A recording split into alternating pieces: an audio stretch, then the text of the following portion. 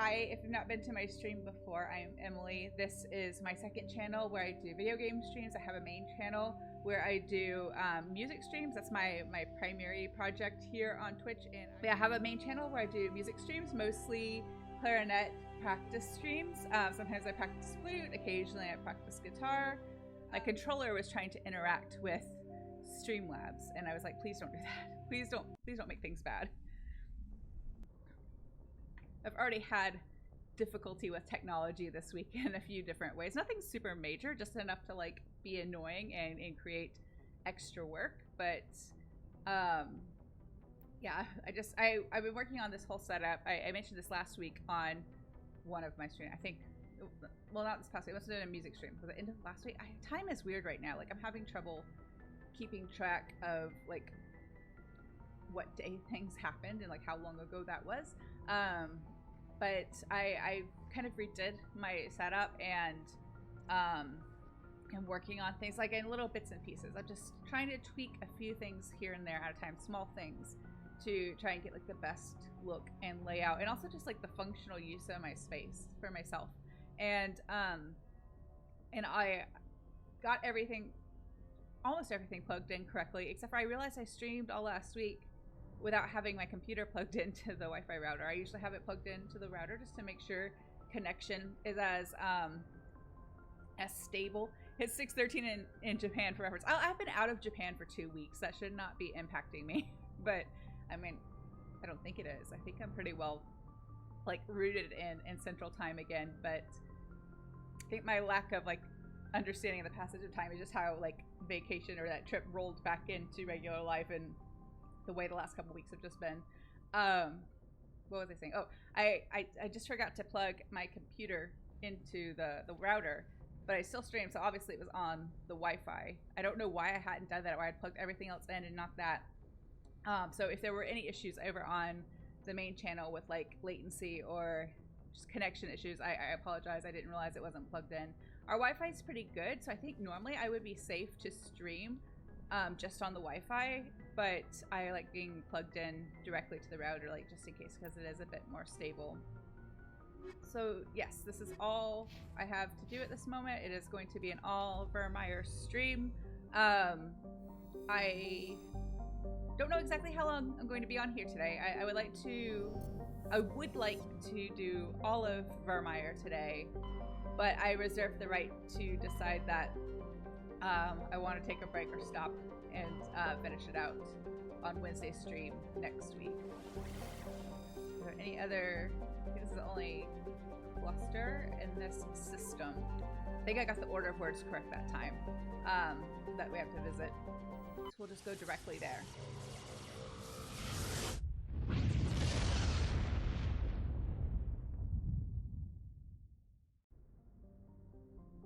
So before we start, Andrew, if you're able to hear me correctly, if you're listening, I know sometimes you have some problems with your connection when you're modding for me. We haven't yet tried having Andrew here to mod. I'm concerned that having both of us on the internet could cause problems with the stream. It would probably be fine. We'll probably experiment with that sometime in the near future, see if he can mod from here, just because that would make life easier for both of us. But Andrew, without any spoilers, I want you to, when we get to a certain point in the game, can you as a mod queue up a poll? I think you can. But when we get to a certain part in the game, I want to poll everybody and see what they would do. You should know what I'm talking about. Because I just be curious. As I've heard multiple discussions, and I thought that what I tend to do... Actually, you know what? I don't want to spoil it, so I can get to it. So when we get to a certain part, you should know what I'm talking about. Everybody who's played before knows what I'm talking about. But I want you to get a poll ready, because I want to find out what everybody else would do if they were playing. Just because I'm curious. I've already decided what I'm going to do when we get to that point. I'd also be curious to see who thinks they figured out what I'm going to choose. But I want to know what your choices would be when we get to that point. So let me take... I don't remember who I took last time, so we don't need any tech really at the beginning of this run. So Commander, I'm reading a signal. Must be our Solarian infiltration zone. Check out those defense towers. Drop the Mako. We'll go in hot and take them out. I'll get you in underneath their radar, Commander.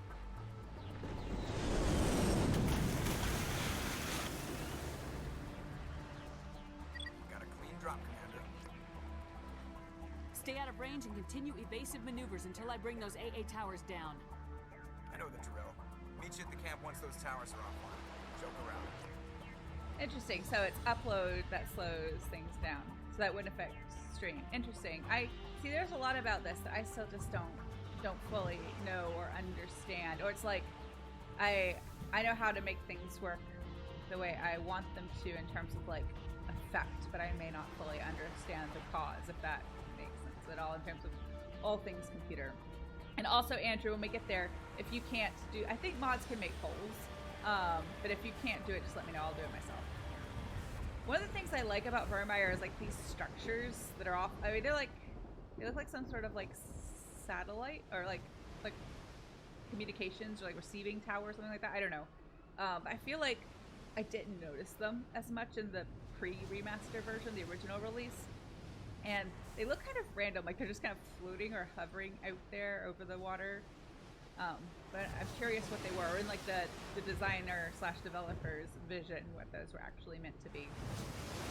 And I love these little like metallic looking crabby animal things. And I'm not going to run over any of them. I'm going to do my absolute best not to run over any of them. Because they're cute and just doing their thing. I'm not that person who, even if I'm doing like a renegade playthrough, I'm not going to go through and like shoot the wildlife or run over the wildlife. That's not what I do.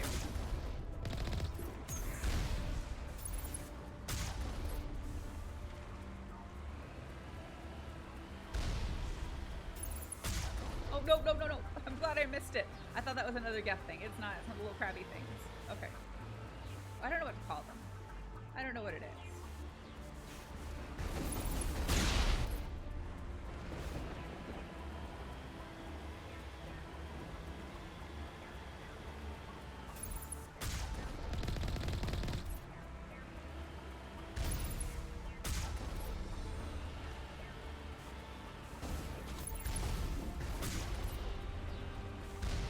So far, so good. I'm gonna do a save. Oh, I can't. As soon as I can, I'm gonna do a save. I have a bad. Oh no! Please don't let me shoot the crabby thing. Okay, we're good.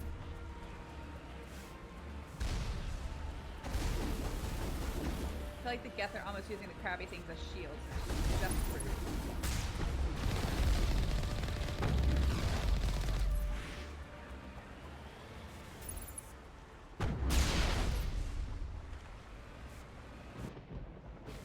Equipment. Ooh. That's much better. Yes, I will take that. Thank you.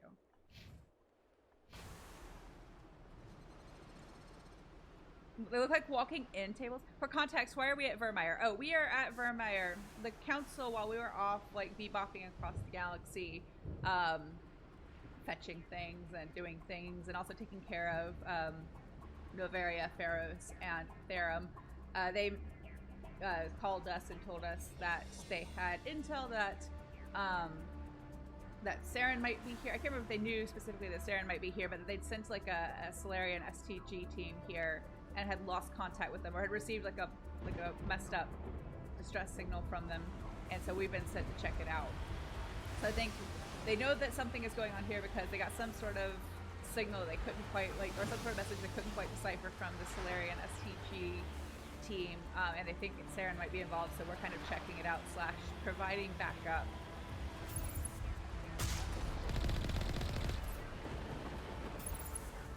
Ooh.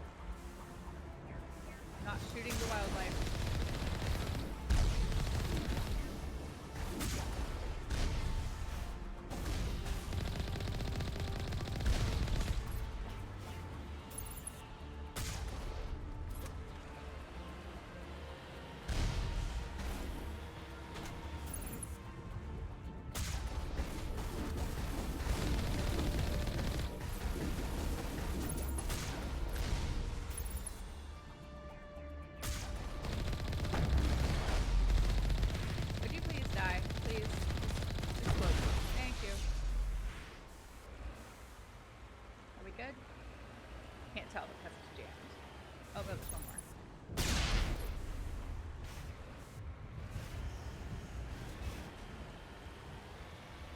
don't think I'm gonna be able to. The lore runs deep. Yeah.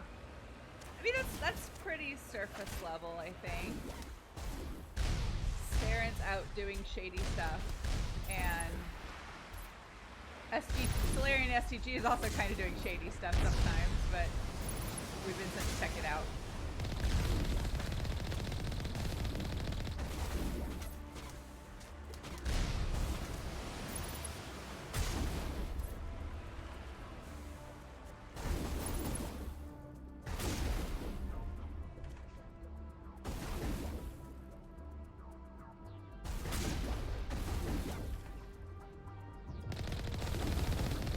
Save time later if I can blow them up from here.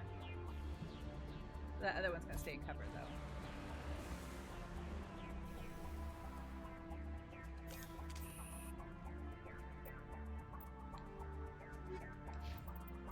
More equipment. Oh, nothing exciting.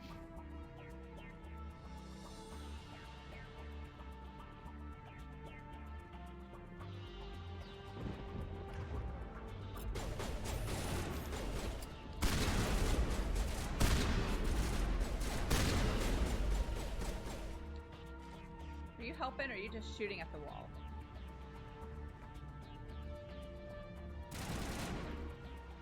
That was to Andrew about the flat-headed crabs and Saren's involvement. Oh, so which one was the lore running deep? In the flat-headed crabs, or...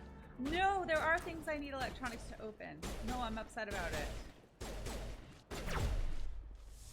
I forgot about those lockers and things. I was just wrong.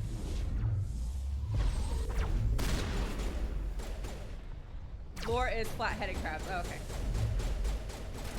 Yeah, but where do they come from? What do they do? Rex. That wasn't smart. Just walking out in front when I'm trying to shoot. Everybody does that in this game. All the teammates do that. They just walk in front of you while you're trying to shoot things.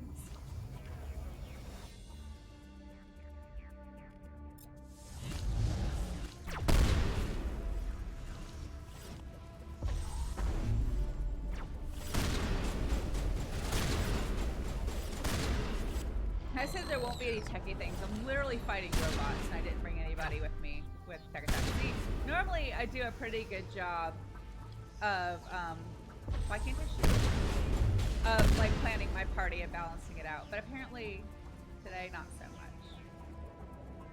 I'm really upset about it, but I'm not going to reload and bring, like, Tali with us. Because you all wouldn't enjoy that. But Liara has electronic skill. I guess it's just not enough. Or she doesn't have decryption. She just has electronics.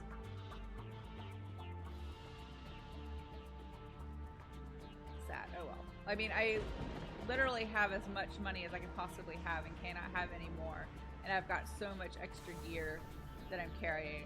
Really don't need it, except for a little bit of like experience you get from decrypting those things or unlocking them. It's fine.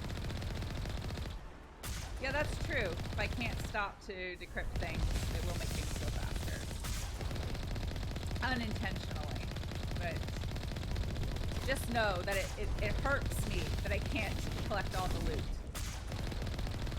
That's my own fault for not planning well. For some reason, I just forgot about those. I know that there's some later, and I was thinking about those lockers. I wasn't thinking about these. And I wanted to mix up party a little bit before we got to like the next cutscene. I keep trying to do combinations of characters I haven't done yet, just to keep things interesting.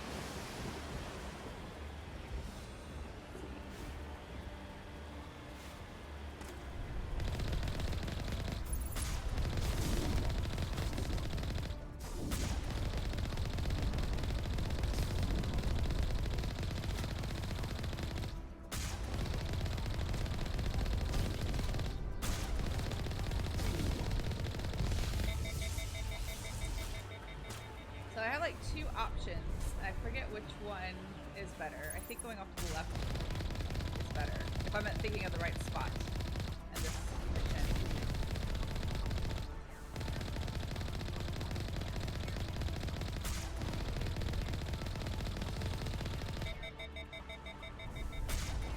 I feel like I killed them a little too easily. My difficulty hasn't...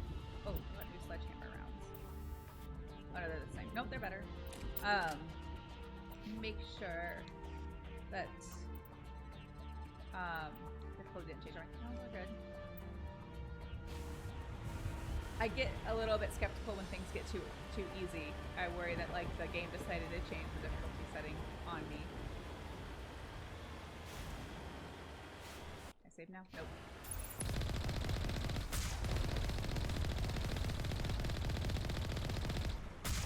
They are armatures and not the colossi.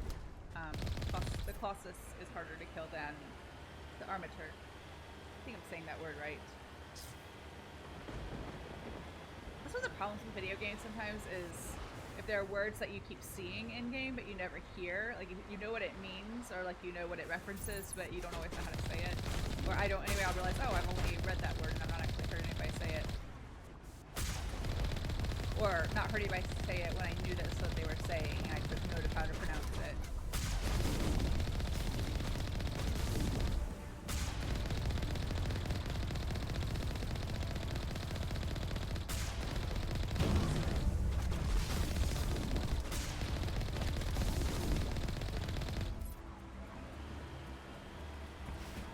Move, please. Thank you.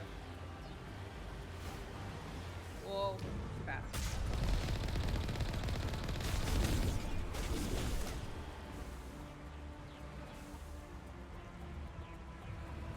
I really don't. Why did you do that, Mako? I really don't know what the driving experience would be like if I weren't playing with controller. I've only ever played this game with controller, and that's how I'm doing it now. I feel like that, Mako, if that's like a mouse point and click situation, I feel like it would be really difficult to control.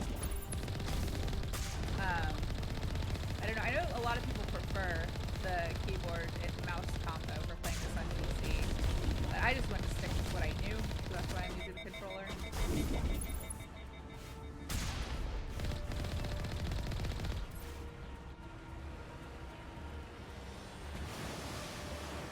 I get a little bit of satisfaction out of like running over the colossi too, or knocking them out of the way. More of an issue with old games when there was no voice acting at all. Yeah, that's true. Like that happens with books too, right? People argue over how to pronounce a word because they've all heard it differently in their head. And some words it's valid. Like there are some words that have multiple pronunciations or multiple accepted pronunciations, or multiple academically accepted pronunciations. But We must find a way to disable their artillery. yes, I know we're working on it. But I know that I feel like armature is right, but I could be wrong. I'm open to being wrong.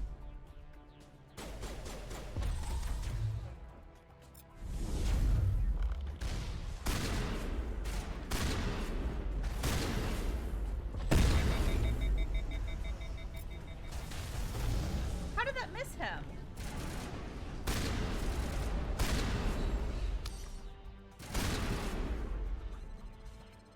Oh, I can open that one. All clear.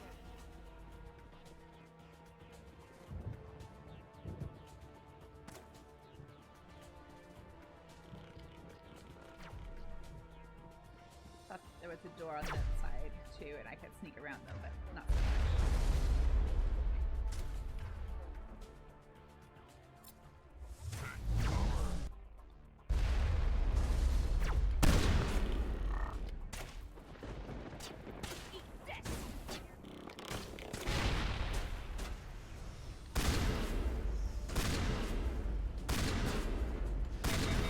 The destroyer is like, no, I'm not going over there. Just gonna hang out there.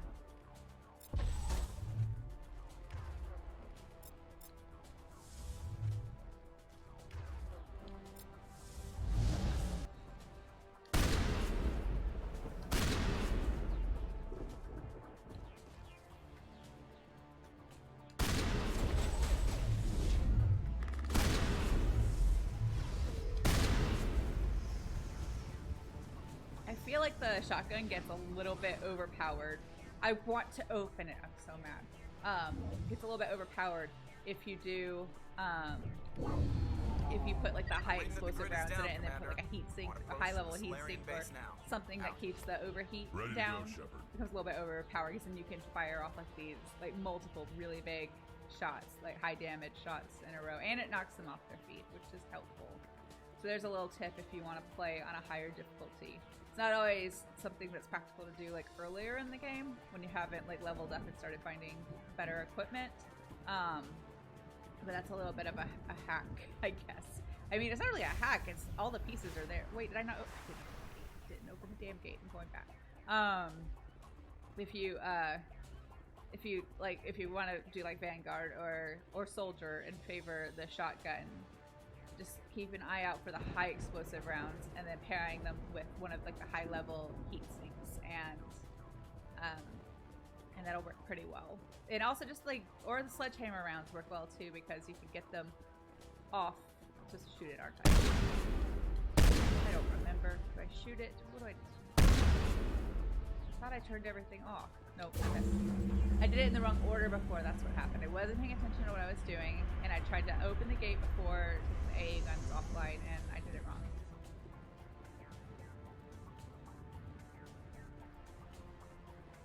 But yeah, so that's my recommendation if you want to play Vanguard or even Soldier on like a higher difficulty, and you want to pack a little more punch with some of the harder enemies, more difficult enemies, the beefier enemies.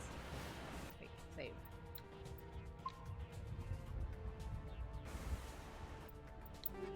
Anything good? Maybe. I think everything here is fine. I'll just double check.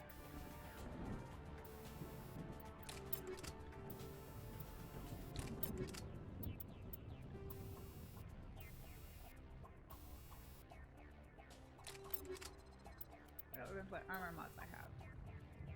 Shield interface and medical shield. Good, that's what I wanted.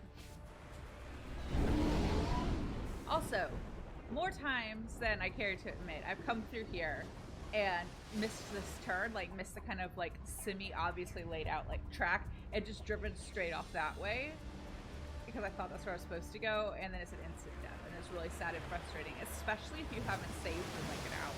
It's really frustrating.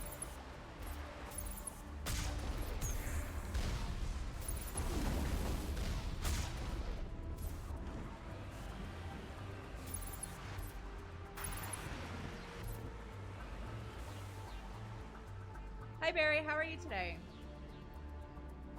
Oh, I'm so glad that I'm streaming too. I'm glad that I got to do Mass Effect for you, at least some this week.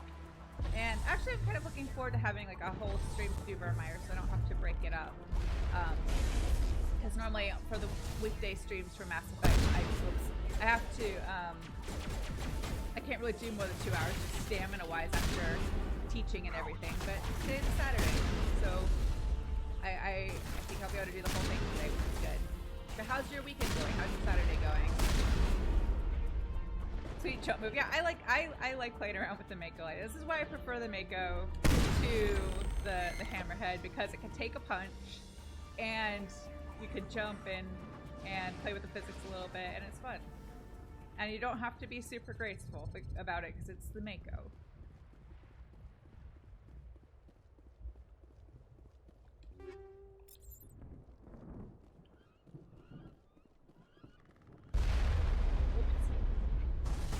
Please don't shoot me in the face.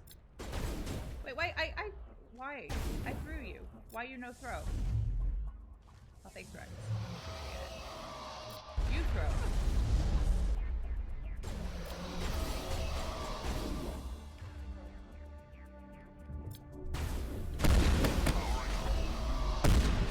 They're just ignoring me and going right for Rex, but okay. Well, that's problematic.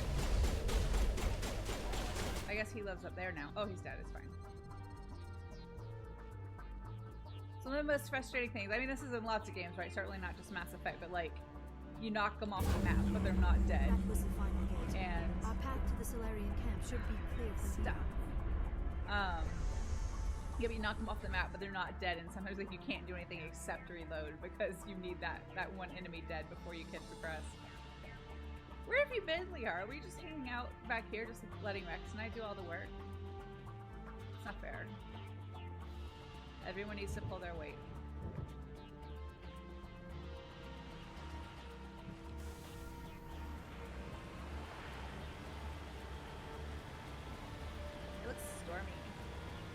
the weather we've had in Nashville lately, all the clouds, stormy clouds. So I know that I've said this before. Like, I am still salty about the fact that we never got to see Palaven in this series, the Turian homeworld. In the third game, you get as close as you get is just like their moon, one of their moons, Monet. But if you have Garrus along, he does say something like that Virmire reminds him a bit of Palaven. Sorry, reminds him a bit of Palaven, but maybe it's more humid, or it's more humid, more rainforesty here. So I thought that was interesting, but I'm still mad about it. Palaven, I guess, will always be the Hufflepuff common room of There is the Solarian. Mass Effect series. But like in the Hogwarts Legacy game, you get to see the Hufflepuff common room, so it's no longer a mystery. I haven't played that. So what are we supposed to do now? Stay put until we can come up with a plan. I would like to play Hogwarts Legacy, but I'm waiting until I can find like a used copy at our, like, we have a local like really good like used books and media store, and I'm waiting until I can go there at some point and look for a used copy, because I don't want to support J.K. Rowling financially for reasons that I'm sure you can probably guess. Don't want to get into that here, but yeah, now we know. Now supposedly we know what the Hufflepuff common room looks like, so it's no longer a mystery. So like, I hope in the next Mass Effect game, whatever it is, whatever it ends up being, I hope we get to see Palaven, because I really want to know what it looks like.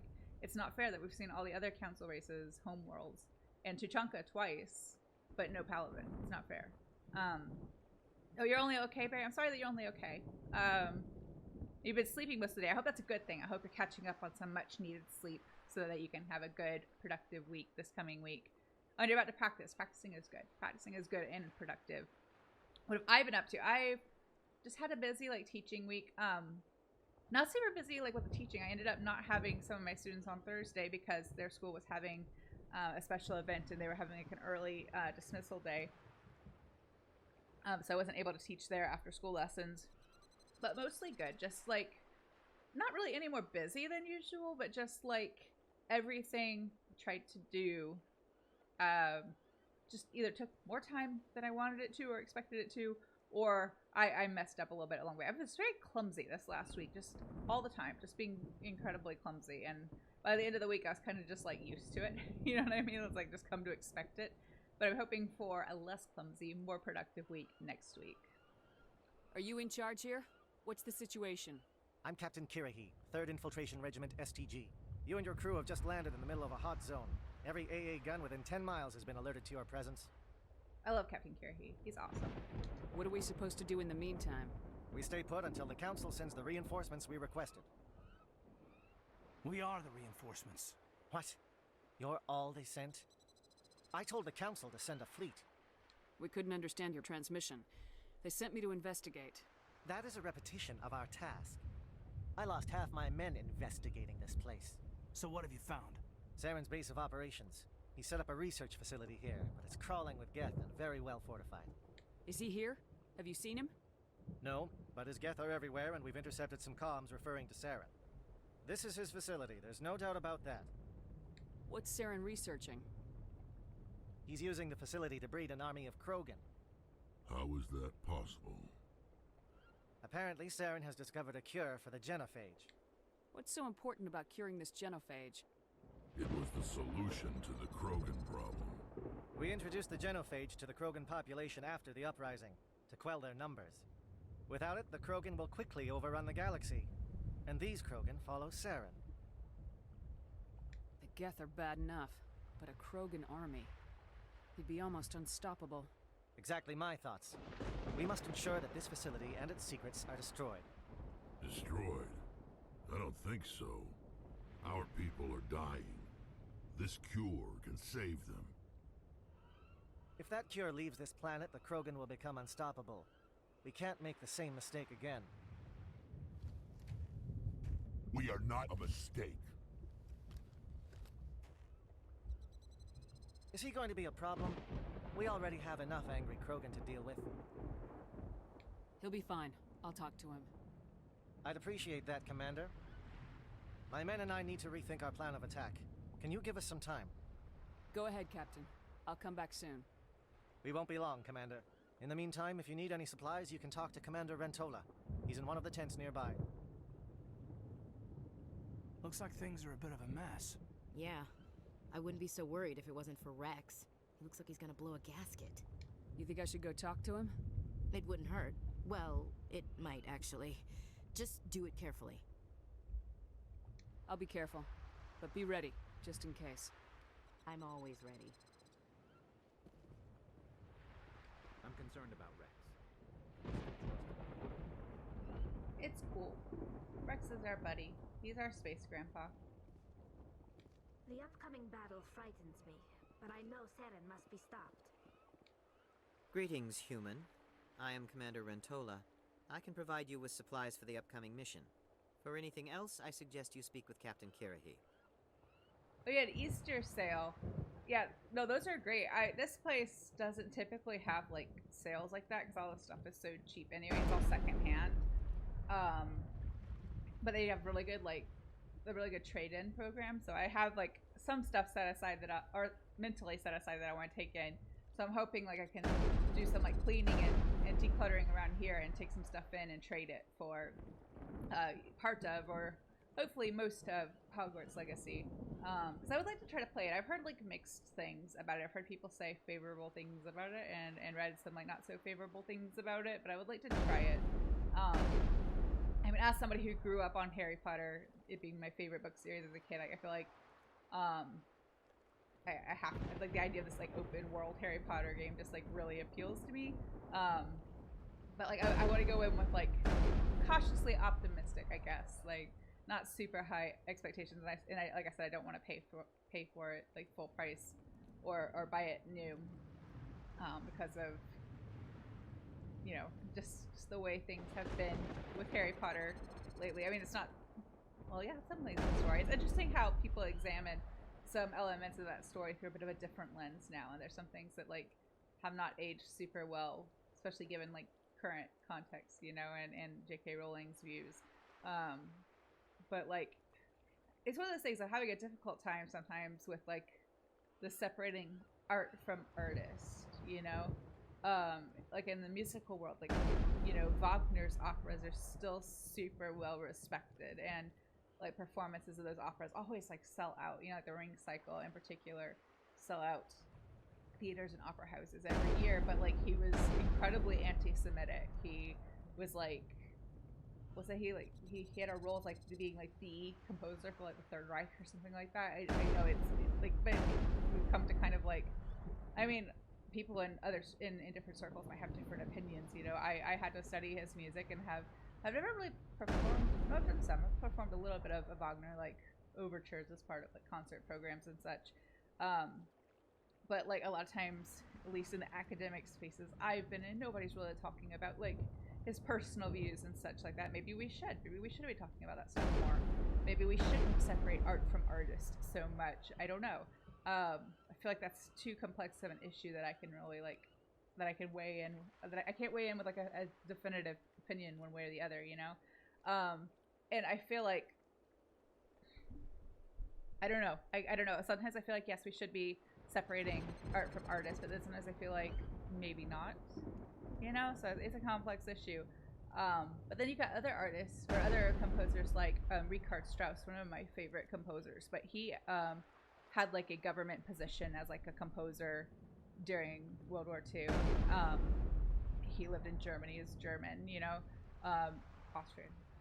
I get Austrian and German composers confused all the time. Like he was actually born where, but anyway, like he was he had some sort of like official standing as a composer within like the Nazi regime, but he actually took that job because his wife and therefore his children were Jewish, and he took that job to protect them. And he was German, so I was right the first time. Okay, good.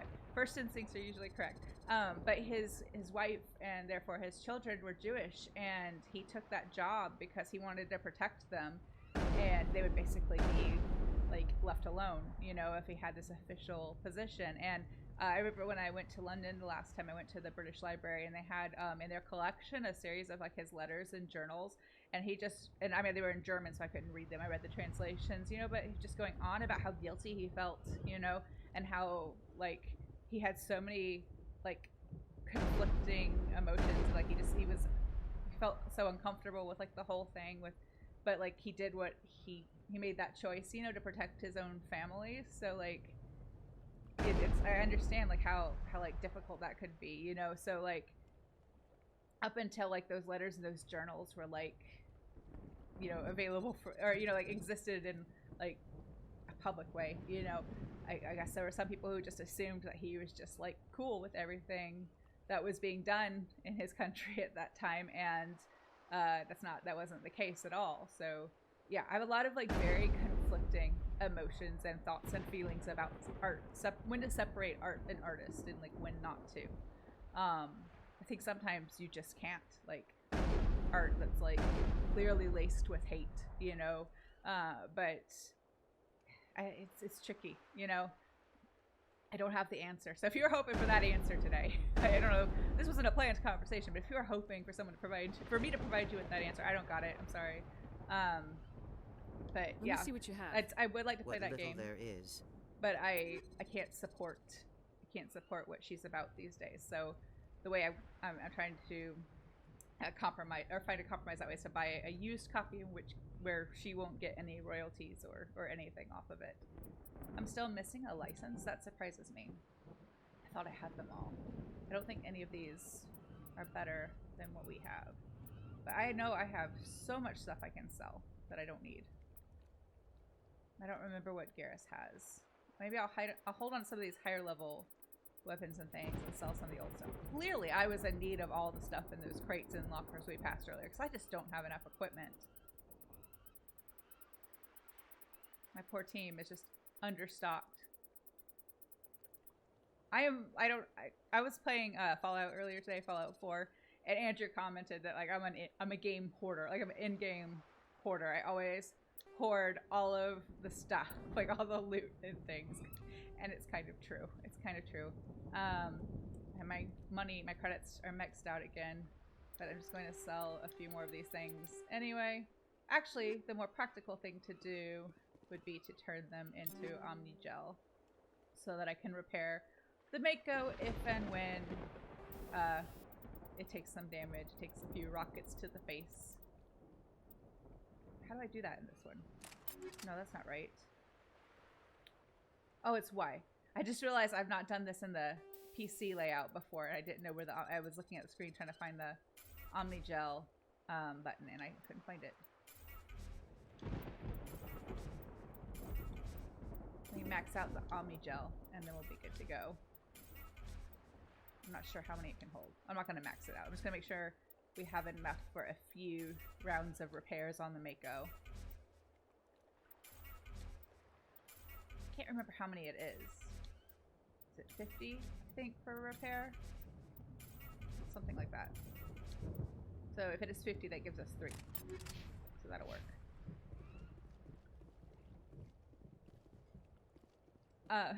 Let's say what kind of a thing, Andrew. We're talking about me being a game hoarder. Is that what you're saying? Kind of too.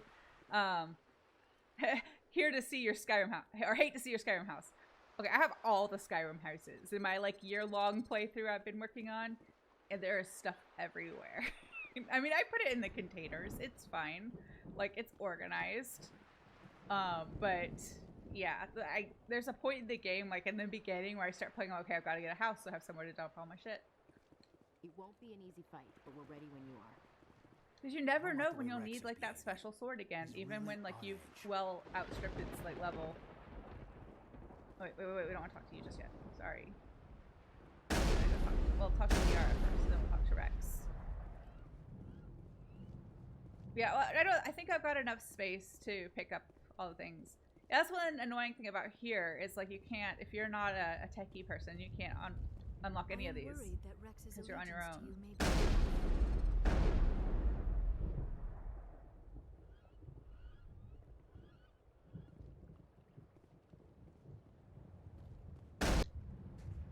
This isn't right, Shepard. If there's a cure for the genophage, we can't destroy it. I understand you're upset, but we both know Saren's the enemy here. He's the one you should be angry with. Really? Saren created a cure for my people. You want to destroy it. Help me out here, Shepard. The lines between friend and foe are getting a little blurry from where I stand.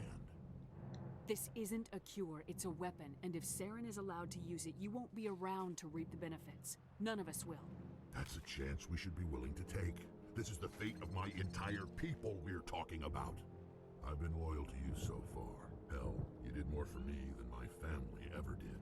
But if I'm going to keep following you, I need to know we're doing it for the right reasons.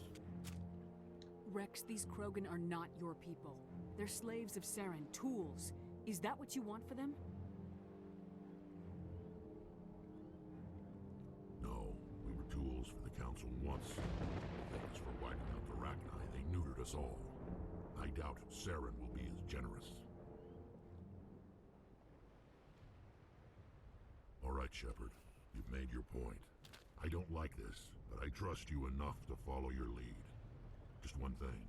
When we find Saren, I want his head. Yeah, we talked him down. I wonder if any of you all who are watching who have played before, if you've ever not succeeded in talking him down. Even the first time I played this game, I still managed to do that part correctly. There are a few things in this series where, like, I managed to get the ideal result, like, on a first playthrough or on a first couple of playthroughs, like, without really knowing the intricacies behind it. But there are a few things, like with any game, you know, where I had to, like, realize that that was an option and look up how to do it and kind of learn. I feel like, in Dragon Age, there are a lot of those, like, where I want a certain outcome and I had to, like, kind of learn how to do it, you know, because I didn't happen into it. But that one I've always managed to do successfully, which is good. I think we're done. Thank you for speaking with the Krogan. Oh yeah, I guess he was assault shooting on the Saren's fish, base will or be maybe difficult just enough as it is. Shoot. I assume that means you've come up with a plan. Of sorts. We can convert our ship's drive system into a 20-kiloton ordnance. Crude, but effective. Nice. Drop that nuke from orbit, and Saren can kiss his Turian ass goodbye. Unfortunately, the facility is too well fortified for that. We'll need to place the bomb at a precise location. Ashley's here with the racist comments all the time. I mean, I think she gets better, but, like, it's there are times when she talks something like, do you hear yourself? Does that sound like a polite thing to say? Where do we take the nuke, and how do we get there? The bomb must be taken to the far side of the facility. Your ship can drop it off, but we'll need to infiltrate the base, disable the AA guns, and pacify any ground forces first. You want us to go in on foot? We don't have enough men. It does sound a bit risky. Is there no other way? No, but I think we can work around that. I'm going to divide my men into 3 teams and hit the front of the facility. While we've got their attention, you can sneak your shadow team in the back. It's a good idea, but your people are gonna get slaughtered. We're tougher than we look, Commander. But it's true. I don't expect many of us will make it out alive. And that makes what I'm going to ask even more difficult. I need one of your men to accompany me, to help coordinate the teams. We'll need someone who knows Alliance communication protocols. I volunteer, Commander. Not so fast, LT. Commander Shepard will need you to arm the nuke. I'll go with the Solarians. With all due respect, Chief, it's not your place to decide. Why is it that whenever someone says, with all due respect, they really mean kiss my ass? I feel like that's Ashley's, like, quintessential line. Like, that's the one I always think of when I think of her character. Maybe it's because whenever they have the reagents and stuff, that's the one the voice actress Kimberly Brooks always does, like, for her, like, on-the-spot Ashley impersonation. Who would be better suited to the mission? Either of these 2 will do, Commander. Both seem willing to sacrifice their lives if necessary, though if we are lucky, such sacrifices won't be required. I'm going to send Ashley. Williams, you'll accompany the captain. No heroics, understood? Aye, aye, Commander. I will have the ordnance loaded onto the Normandy and brief your crew on its detonation sequencing. Do you have any questions before we go, Commander? I guess with all due respect is the military version of the southern idiom, bless your heart, which is code for I'm about to say something truly heinous, but, like, I'm going to get away with it because I'm blessing your heart. Oh, it's so condescending. For some reason, though, with all due respect doesn't feel quite as condescending, but you know when you hear those words, you know that whatever is coming after them is not going to be pleasant. The Normandy's picking me up. How will your teams escape the blast? We will engage the Geth as long as possible. Once the bomb is in place, we will fall back to try and escape the blast radius. If we move quickly, we should be able to escape with acceptable casualties. If not, then our memories will live on as martyrs to a greater cause. You talk like this is a suicide mission. I won't lie to you, Commander. There is a chance none of us will survive this assault, even your team. But we do what is necessary. Shepard may need to get over that aversion of suicide missions. Shadow seems clear enough. What would the other teams be called? Igor, Manovai, and Jaeto. They were the initial settlements on our first 3 colony worlds. They are at the heart of Solarian territory to this day. These names will remind my men what they are fighting for. They must have a personal stake in the fight if we are to have any chance of success.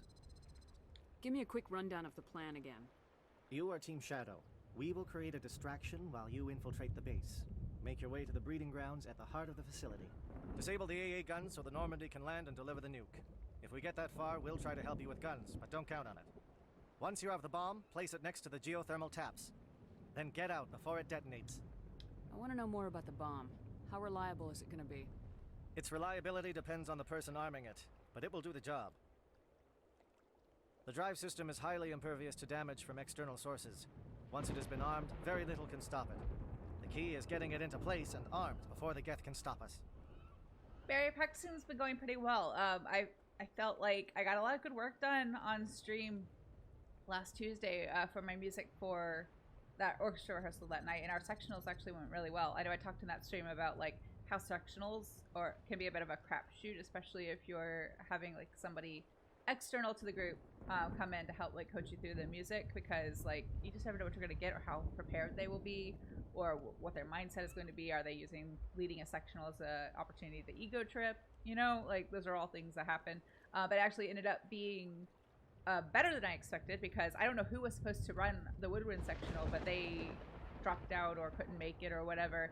And so our conductor actually did our sectional, which was really great because he knew exactly what he wanted, and I enjoy working with him. So I felt like sectionals were really good and really productive. Practicing, you know, like life right now, my individual practice has become a bit of like a treat and a luxury. And I mean, practice like that's not a part of stream. It's not a part of like anything else. I'm working, you know what I mean? Like just sitting to practice. So when I do get to have like just plain old individual in my pajamas practice, because that is what I do when I like at home having just like solo practice before I go out and do work and stuff, or at the end of the day after or at the weekend, I do it in my pajamas because that's what I do. Practicing in my pajamas is just like, it makes it more fun. I'm comfortable, I'm relaxed, I'm having a good time. But those times are kind of few and far between. I do a lot of like squeezing in a few minutes of practice here and there when I can, between students, you know, where I have to have like a very clear-cut list of things I want to tick off to make sure I'm staying on top of things I need to have prepared. But like I've gotten to this place where like sometimes I miss that like leisurely home in my pajamas practice, you know, like just practicing things I want to work on, you know, not trying to like be super efficient for the day. And, you know, because I come to miss it sometimes because I don't get that much of it, it makes it all the more valuable and enjoyable when I do get it. So, like, that's kind of the positive side of that, I guess, is that when I get those kind of, like, longer, slower paced, leisurely practice sessions, like, they're nicer because I don't get them as often. They're a luxury now. They're a get to instead of a have to, you know? Andrew wouldn't be able to work like that. Yeah, I know. Like, to each their own. I obviously don't do all my work in pajamas, you know. Although I'd be lying if I didn't say that, like, streaming usually means I'm, like, especially for music streams, I'm wearing, like, something cute on top, and I'm wearing, like, pajama pants or sweatpants on bottom just to be comfortable, you know. And also because, like, pajama pants don't rustle too much, right? So, like, if I'm trying to have the mic a bit lower to, like, capture the clarinet, you know, to capture my instrument, I don't want, like, rustling clothes picking up too much. Same thing when I'm working on, like, recordings or, like, multi-tracks and stuff, you know. Pajamas tend to be softer materials that are quieter, so you're not going to pick up, like, the rustling or the movement too much. And, like jeans sometimes I feel like can make a lot of noise, especially in my desk chair, like, scratchy, you know, so, like, that's just something I do. So there's your fun trivia fact for the day, is if I'm streaming, unless it's Tuesday and I've, like, because I have to head out and teach, you know, like, right after stream, I'm probably wearing pajama pants or sweatpants with whatever it is that I'm also wearing. If I'm wearing like a cute top, it's pajama pants or sweatpants also. But yeah, I don't know. I love a cozy practice session. I love a cozy practice session. Used to with my old instrument, I got into the bad habit of having a cup of tea while I was having cozy practice. I do not do that anymore. That was one habit I promised myself I would break when I got my new instruments.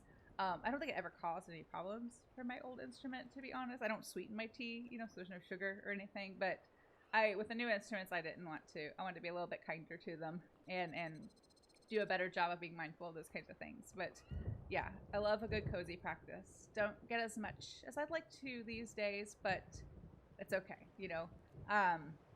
Because I've got other fun things going on, like streaming. But yes, practicing in general, playing and practicing, I feel like I've been productive and are going well, especially in terms of getting ready for the orchestra concert. Only 2 weeks in for me. They're 4 weeks in, the rest of the orchestra, because I missed those first 2 weeks of rehearsals. But I feel like I'm catching up. I feel like I understand what the conductor's looking for and what the end product should sound like, and so I'm able to work on my parts with that in mind. So yeah, it's going well. I hope your practice is going well too. What are you working on these days? Are you still working on the Crucell, or do you have something new that you're working on? Oh, did I do all these? I did do all these. I'm ready when you are, Captain. Excellent. Then if you'll excuse me, I need to prepare my men. Well, this is it. Don't do anything stupid while I'm gone, LT. You too, Commander. We'll be fine. You'll see. Sure we Yeah, will. Good luck. Is there something you want to say, Chief? I don't know, it's just weird, going under someone else's command. I've got used to working with you. All of you. Don't worry. We'll see you on the other side. I know. It's been an honor serving with you, Commander. It doesn't matter if we're not in the same unit. We are still a team. Watch each other's backs, keep your eyes open, and fight like I know you can.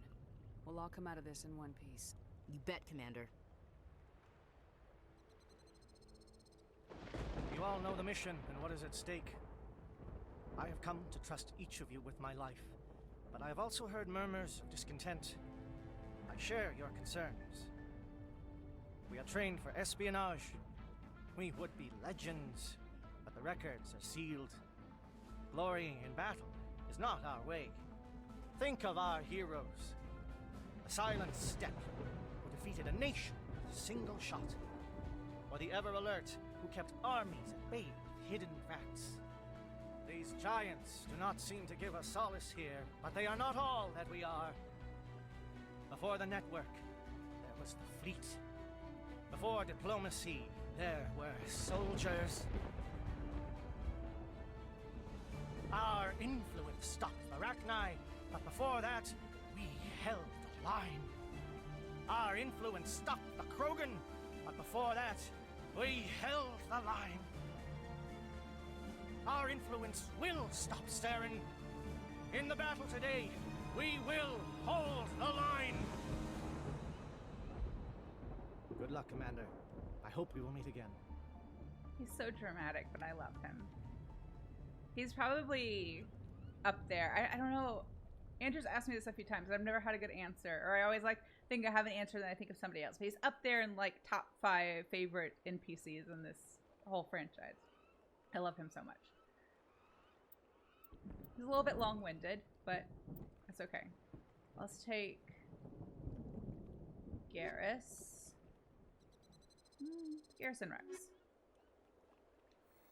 Rex has a personal stake in this, after all.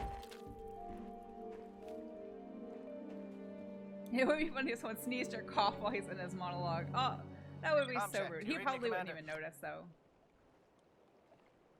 It's fine. Let's move. Good. We'll start our push.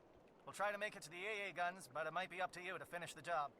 And Commander, if you see any way to undermine their defenses, we could definitely use the help. Look at us. We all match. Go team. So I do want to stay on top of my map because the first couple times I played this, I didn't help them out as much as I should have, and didn't get the ending I wanted, or the result I wanted, so I want to make sure I don't miss any of those things.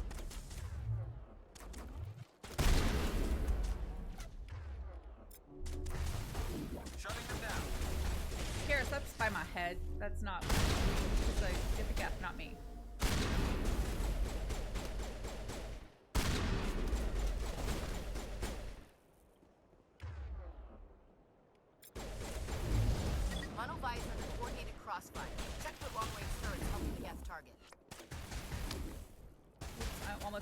Crouch, please. Thank you.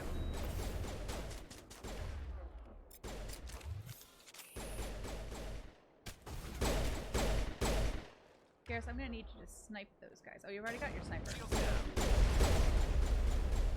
Well, then snipe more, please. Get down! Can I make it all the way over there? Maybe? Wait, Rex, why are you using a pistol? You're not even trained on pistol. Use your assault rifle, please.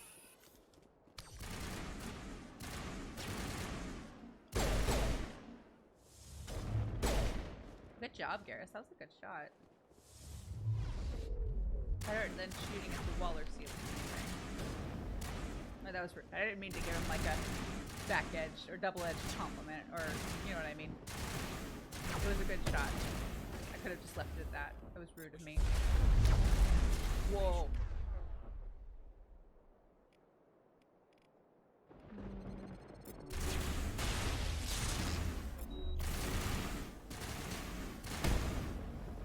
That was a good shot too. Was that you, Garrus, or was that Rex? Garrus.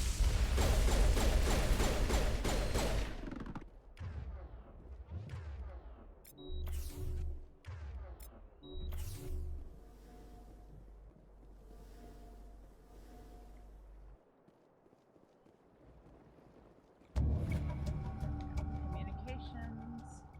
And I can unlock things again. So I can collect more gear that I don't actually need.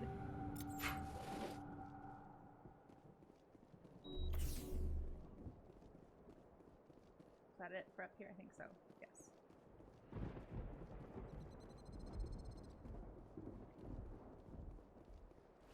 Wait.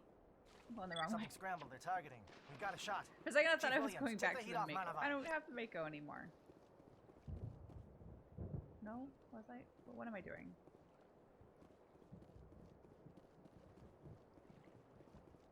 You'd think, as much as I played this game, I'd be able to not get lost or not forget where I'm going or which way I'm supposed to go, but you would be wrong. This way. There we go.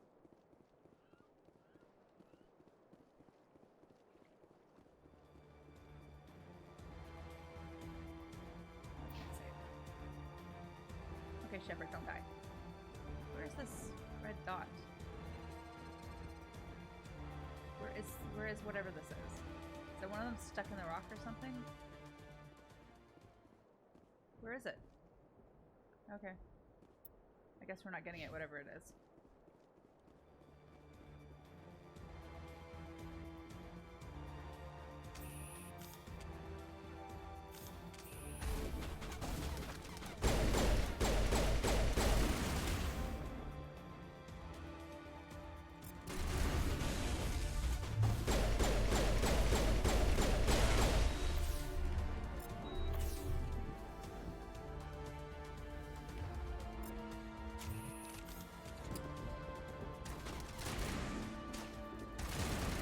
With a way of determining where you are and where you need to go. Yeah, you know what?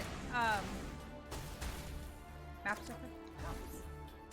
No, I just don't bother to look. Like it's just I know it's a personality flaw that I don't stop and look at the map when I'm getting lost, but I'm using it for this. I'm gonna make sure I get all of the things so that we can help out Kirahi's team. I'm doing that. Nobody's perfect, okay?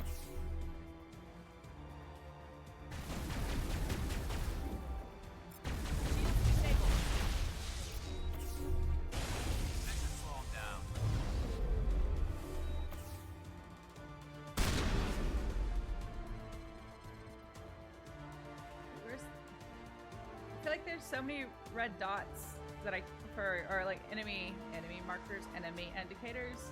For enemies I can't actually see, so I'm just going to decide that those are unimportant. Williams, can you see anything?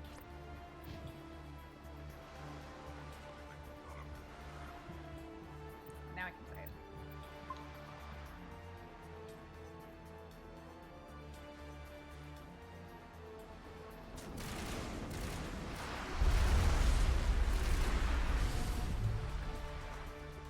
I was going to shoot that, Rex. Oh. I was gonna shoot that too, but thank you for being proactive.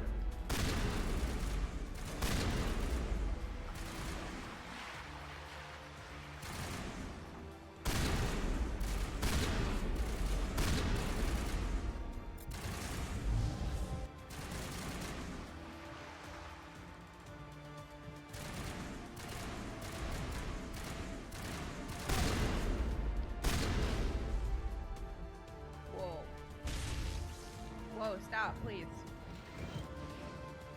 I don't like it. Whatever's causing that, don't like it. Did we get the... I think we got the... we did destroy the uplink. Cool. So equipment.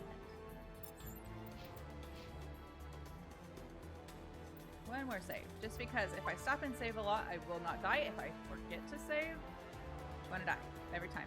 If it wasn't for all the shooting, if it were, if it wasn't for all the shooting, this would be a pretty place to hike. Yeah, it is pretty, isn't it? I like it's kind of rainforesty. Like the plants are cool, the rocks are cool. Aircraft heading. Sorry, Ashley. Stations to recharge. Yeah, if it weren't for all, and we could stop and like inspect the little flat-headed crabs, it'd be a fun time. But yeah, the gaps make it a little unpleasant.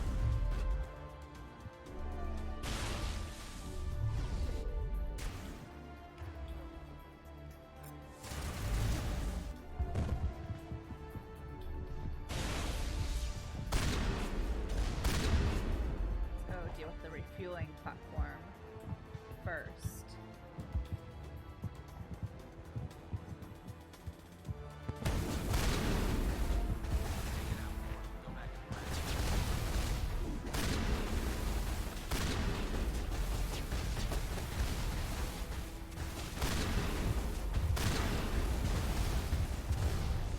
I died. I thought I was doing a pretty good job of dodging, and then I wasn't. I feel like that's weird that they're all in the air. I thought they were typically like down by the fuel tank and they started taking off, so if you're fast, you could shoot it and it would kill all of them. But they were all in the air already when we got there, so maybe I'm misremembering. At least I had saved very recently.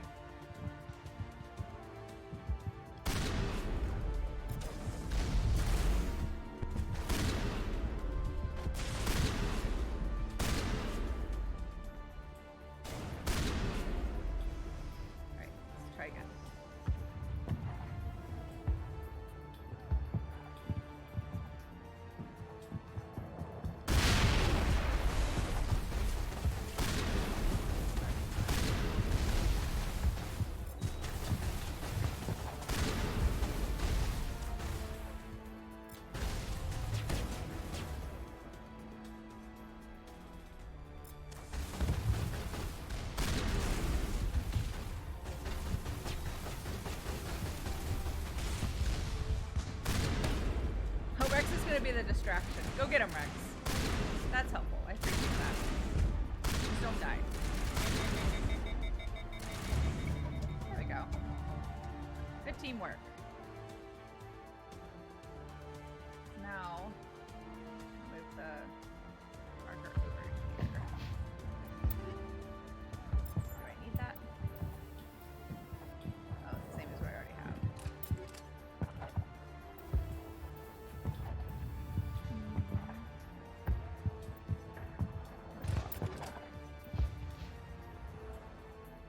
Save again? Nope, not yet.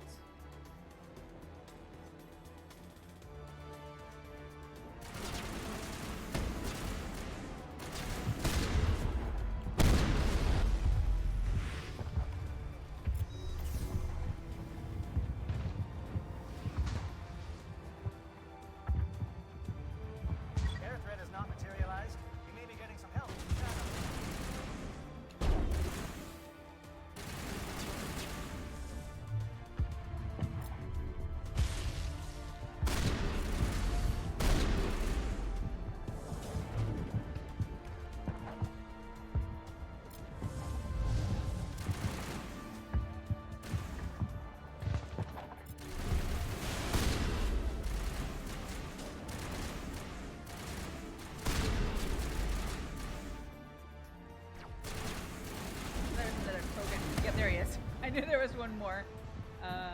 Don't kill me, please. Rex, if you could help, I would appreciate it. I'm not like squishy, but I'm much squishier than Rex is. Run away. Okay, we're good. Good teamwork. Thank you for having my back. I appreciate that.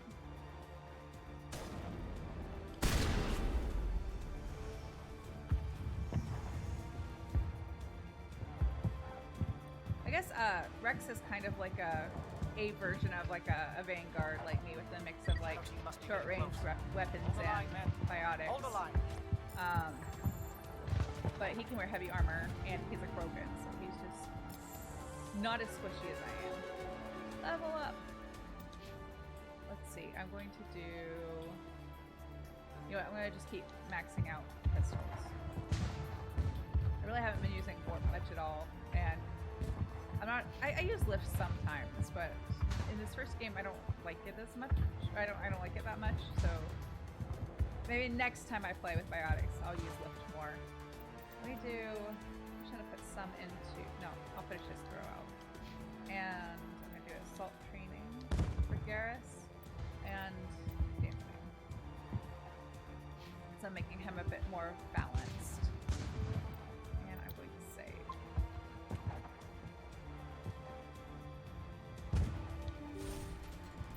I'm gonna remove that marker because it's bugging me. What's the?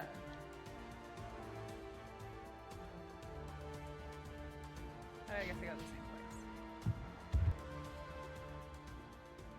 Or do they? Hang on. The last time I played this, I actually missed a chunk of the facility on accident. I was kind of upset about it.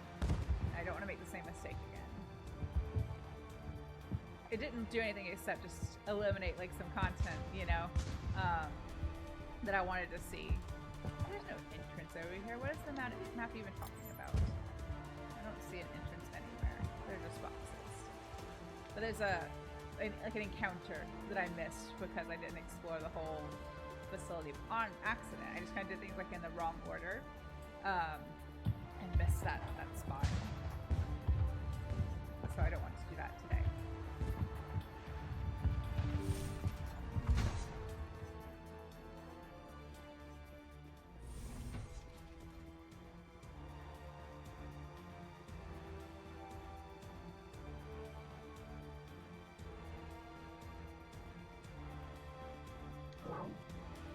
Got access to base security. You should be able to cut the alarms from here. Might even be able to trigger alarms on the far side of the base. It'll clear out the guards for us, but they might be too much for the Solarian teams to handle. Nah, we're fine. Just disable the alarms. We can handle any guards inside.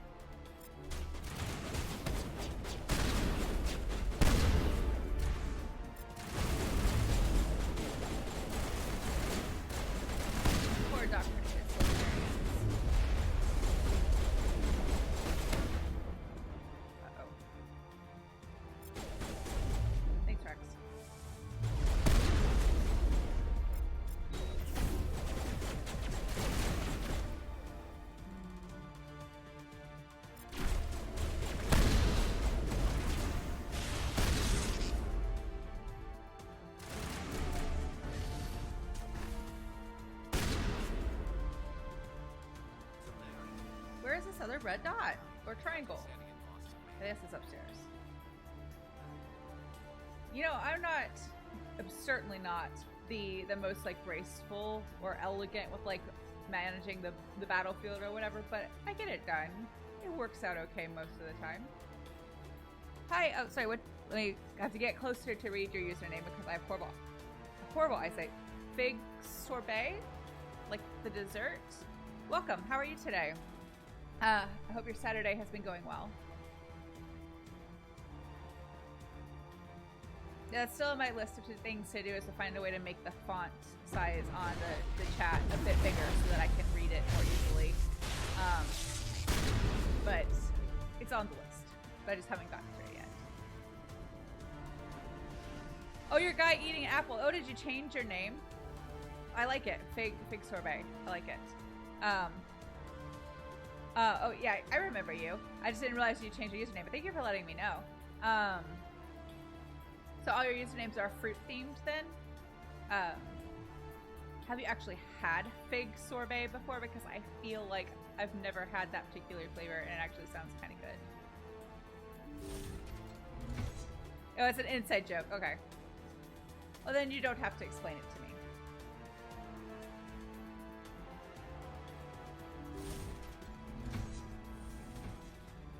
Hang on. I'm gonna make sure that I didn't miss that spot here. Or like the spot I missed before isn't accessible from this area. I think it's later, but I don't know. Does anybody else do that? You play a game that you play multiple times. No, I think I'm all set. But you play a game multiple times and like you find that like you typically do like one thing correctly or successfully most every time, and then one time you mess it up and like then either become a bit paranoid that you're gonna mess it up again, or because of that like mess it up again just because like you fall into this Is someone out there? like habit. This is what I missed before. I never got down to help this guy. I walked by him and forgot to double back to where you actually can have access to him. But yeah, I feel like I've had this problem, that problem with this game series, particularly this first one, where I'll have always done something right and I'll mess it up one time, and I find that I mess it up again, or I start thinking about it differently or overthinking it, and I have to like relearn how to do it correctly almost.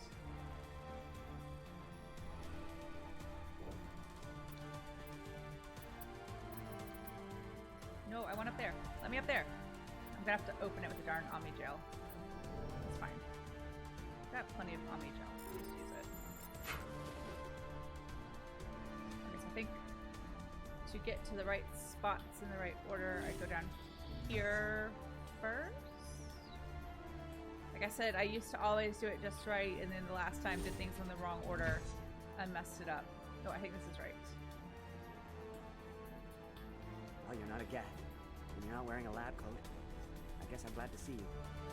Lieutenant Gonto Imnes of the 3rd Infiltration Regiment, captured during recall. I assume the fleet was called in to destroy the base? Transmission wasn't clear. Fleet's not coming. I see. Then you must be the infiltration team. I know the captain. He will want this facility destroyed. My team was altered, indoctrinated. He knew about the breeding grounds. But the indoctrination is a greater threat, and far more horrifying. I watched good people reduced to mindless husks. There wasn't anything left. Others died during the experiments. I ended it.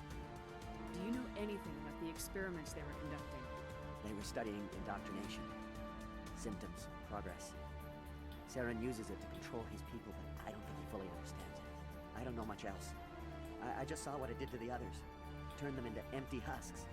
I can't end up like that, please. Let me out. I'm opening your cell, but then you're on your own. Don't look back and hope to outrun the blast, A better chance than I had before you showed up. Thank you, human. And good luck. You'll need it. I'm glad I made it to him this time, because last time I forgot to come down and get him, and I felt so bad that I just left him here. There's nothing left of him. No, this is no way to treat a prisoner. Kill them, sure, but leave them like this. Open the doors. Give them a chance to outrun the blast. Are you sure? We should at least stay here. Let them out. They won't hurt us. Yes, Commander. Poor Solarians. For the rest of the cell. What about him? We're just gonna leave this poor guy here? We're not gonna let him out? That's not fair.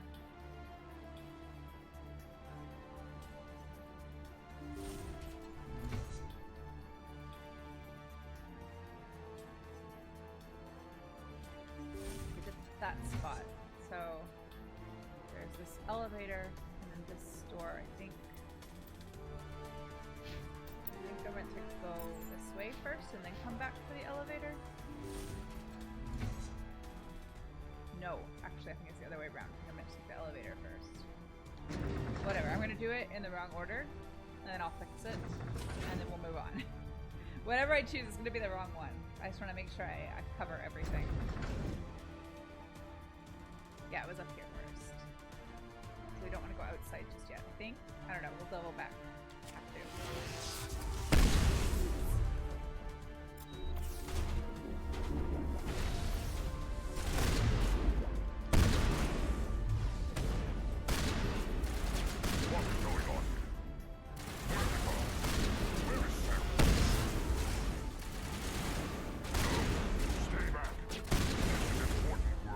This is the glorious salvation of my species.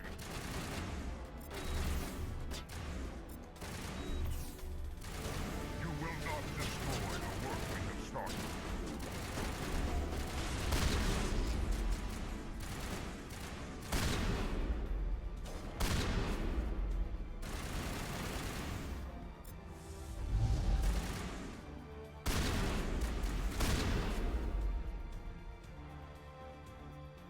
I'm surprised this thing still works. It's sparking a little bit. Oh, I messed it up. Got impatient and I messed it up. Is that a better biotic amp than what I have? Let's see. Mine's pretty good. Wait, actually I went the wrong way. No, it's not. But what about compared to what Rex has? His is pretty good too. Have it checked. Here it says Omni tool, but his looks fine. I want that to stop blinking at me. There we go.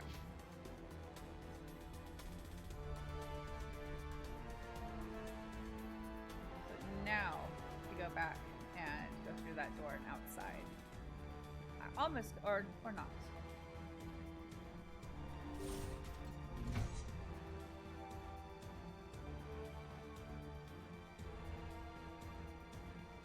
Now I'm worried I did it in the wrong order again, so I gotta go back. And I probably did. We're gonna double back and go through that other door.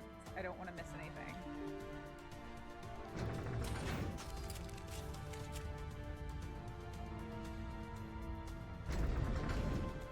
I like how Shepard's just standing there awkwardly staring at everybody in the elevator.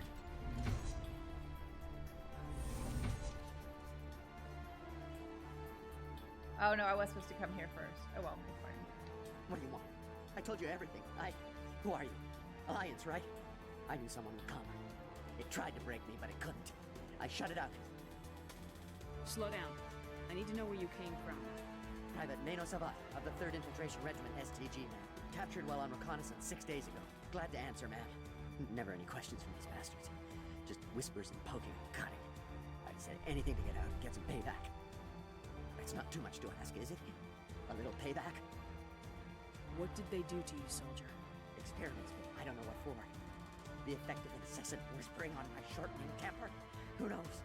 I just need out. Something's not right here, Shepard. If we don't let him out, he's as good as dead. We have to do something. Yes, leaving here would be bad. Very bad. It's too small and the noise just won't go away. Whispering is loud, you know? I need to get out. Let me out. Set him free. He could help us. Yes, sir. You'll find I am very good at following orders. I should be. I hear them over and over. Why are they repeated when they are so simple? Simple! Where did he get a gun? Who imprisoned him but with a gun? Who said, yeah, go to your cell, but you can keep your gun. That's fine. That's allowed.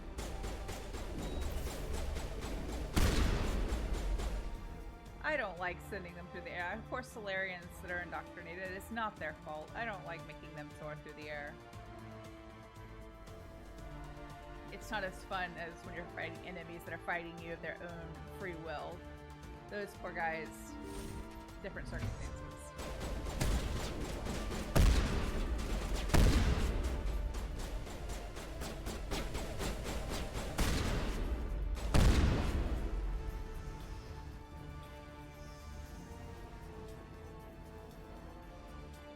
I think we've covered everything now.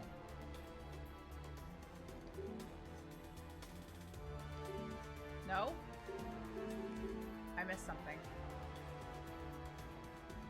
Or I need to go back. Go that other way.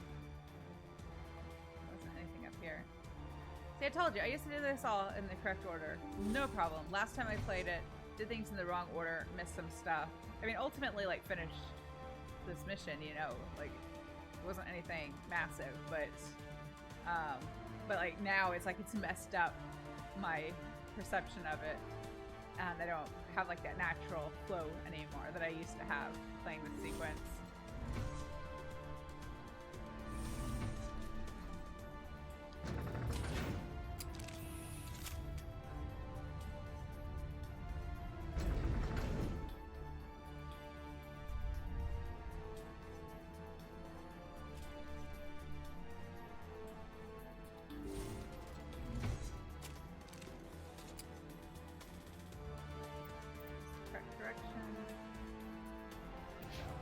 I think there are like multiple ways to hit all those different points. Like multiple, it means like a circle or something, so you can kind of, like, you know what I'm trying to say. You can take multiple passes to make successful. I just have been messing it up lately.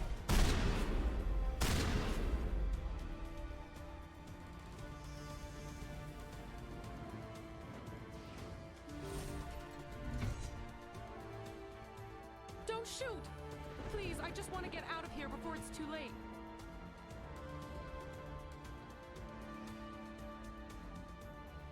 Let's hear it. Who are you and what do you want? Ranna the Noctis, neurospecialist. But this job isn't worth dying over, or worse. You think the indoctrination only affects prisoners? Sooner or later, Saren will want to dissect my brain too. I thought this was a breeding facility. Not this level. We're studying Sovereign's effect on organic minds. At least that's what I assumed. Saren kept us in the dark as much as possible. You helped him and you didn't even know why? I didn't have the option of negotiating. This position is a little more permanent than I'd expected. But I can help you. This elevator behind me goes to Saren's private lab. I can get you in. See? Full access. All of Saren's private files. Are we good? Can I go? What were you studying here? It's that ship, Sovereign. It emits some kind of signal. Undetectable, but it's there. I've seen the effects. Saren uses it to influence his followers, to control them. It's called indoctrination. Direct exposure to the signal turns you into a mindless slave, like the Solarian test subjects. But there's collateral damage, too. What do you mean by collateral damage? Sovereign's signal is too strong. Spend too much time near the ship and you feel it, like a tingle at the back of the skull. It's like a whisper you can't quite hear. You're compelled to do things, but you don't know why. You just obey. Eventually, you just stop thinking for yourself. It happens to everyone at the facility. My first test subject was the man I replaced. Now I just want to get out of here before it happens to me. Why is Saren researching this? Isn't he the one controlling it? The signal comes from the ship. It makes us obey Saren, but I don't think he controls it. Not exactly. I think he's scared it might be affecting him. Indoctrination is subtle. By the time the effects become noticeable, it's usually too late. Tell me more about this signal. Signal's not exactly the right word. There is some kind of energy field emanating from the ship. It changes thought patterns. Over time, days, maybe a week, it weakens your will. You become easier to manipulate and control, but it's a degenerative condition. There's a balance between control and usefulness. The less freedom a subject maintains, the less capable it becomes. So, normally when I'm playing Paragon Shepard, I let her go, but if I thinking ahead to like the third game, I think you find out that she was actually indoctrinated and actually killed a bunch of people at some point, but still like tempted to go ahead and kill her now, but it wouldn't really be in keeping with this version of Shepard, so I think I'm gonna let her go. I'm gonna blow this place to hell and gone. If you want to make it out alive, you better start running. What? You can't. But I'll never. Ah! You enjoyed that, Commander.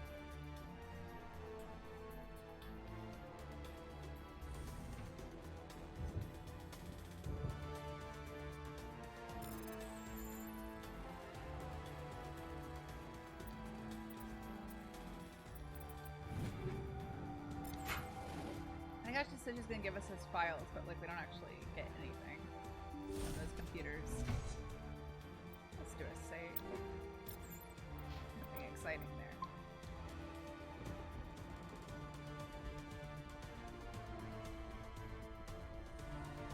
Was that the poll point or still coming? That was not the poll point. But thank you for the reminder, Andrew. Be ready for the poll when we get there.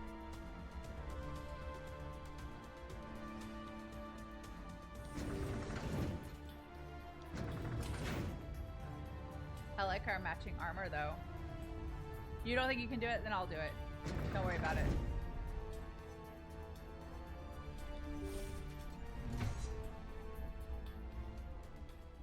Commander, look over here. It's another beacon, like the one on Eden Prime.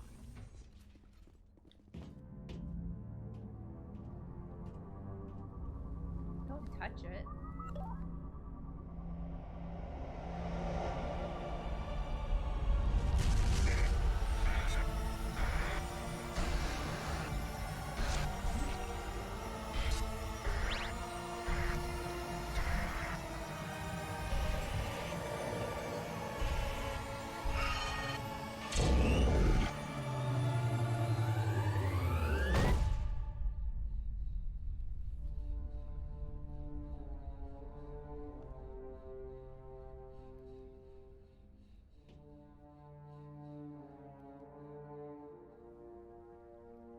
I like how at the beginning of the game she gets too close to Prothean Beacon and it knocks her on her ass for like an entire day. She finds another one and she's like, I think I'll touch it. It's probably fine. I get the feeling something bad is about to happen. You are not Saren. What is that? Some kind of VI interface? Rudimentary creatures of blood and flesh. You touch my mind, fumbling in ignorance, incapable of understanding. I don't think this is a VI. There is a realm of existence so far beyond your own, you cannot even imagine it. I am beyond your comprehension. I am Sovereign. Sovereign isn't just some Reaper ship Saren found. It's an actual Reaper. Reaper, a label created by the Protheans to give voice to their destruction. In the end, what they chose to call us is irrelevant. We simply are. The Protheans vanished 50,000 years ago. You couldn't have been there. It's impossible.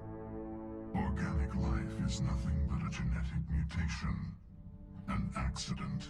Your lives are measured in years and decades. You wither and die. We are eternal, the pinnacle of evolution and existence. Before us, you are nothing. Your extinction is inevitable. We are the end of everything. There is an entire galaxy of races united and ready to face you. Confidence born of ignorance. The cycle cannot be broken. Cycle? What cycle? The pattern has repeated itself more times than you can fathom. Organic civilizations rise, evolve, advance, and at the apex of their glory, they are extinguished. The Protheans were not the first. They did not create the Citadel. They did not forge the mass relays. They merely found them. The legacy of my kind. Why would you construct the mass relays, then leave them for someone else to find? Your civilization is based on the technology of the mass relays. Our technology. By using it, your society develops along the paths we desire. We impose order on the chaos of organic evolution. You exist because we allow it, and you will end because we demand it. They're harvesting us. They're here to wipe us out. What do you want from us? Slaves? Resources? My kind transcends your very understanding. We are each a nation, independent, free of all weakness.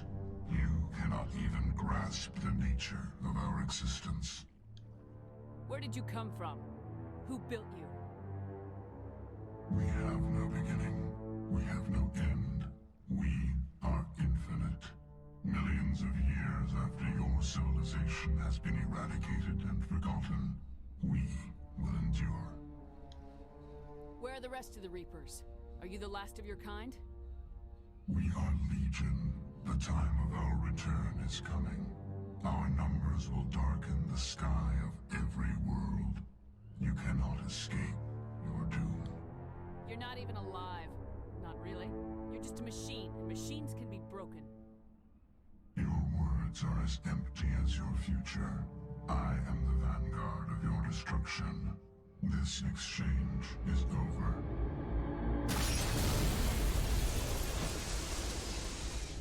Sovereign has a flair for the dramatic as well. Commander, we got trouble. Hit me, Joker. That ship Sovereign? It's moving. I don't know what you did down there, but that thing just pulled a turn that would shear any of our ships in half. It's coming your way and it's coming hard. You need to wrap things up in there fast. This console's been disabled. Orders, Commander. Let's head to the breeding facility. Joker can pick us up after we set the nuke.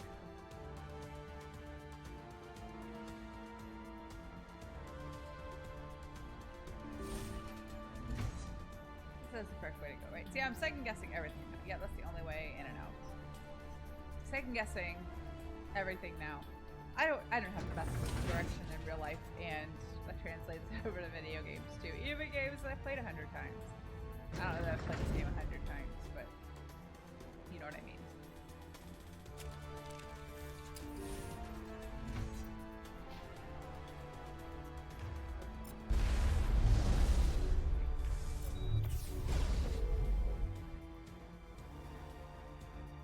Returning from your position, Jayato. Looks like Shadow picked a sensitive spot. Williams, head them off. Hold them.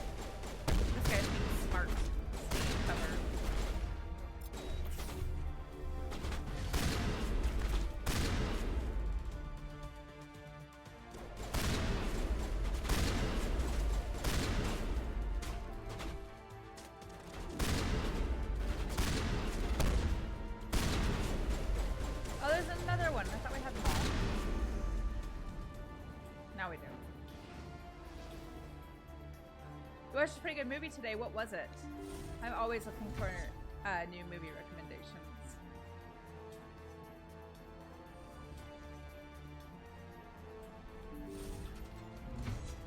Full Metal Jacket? I've never seen that. I'm a big Stanley Kubrick fan, but I've not seen that one.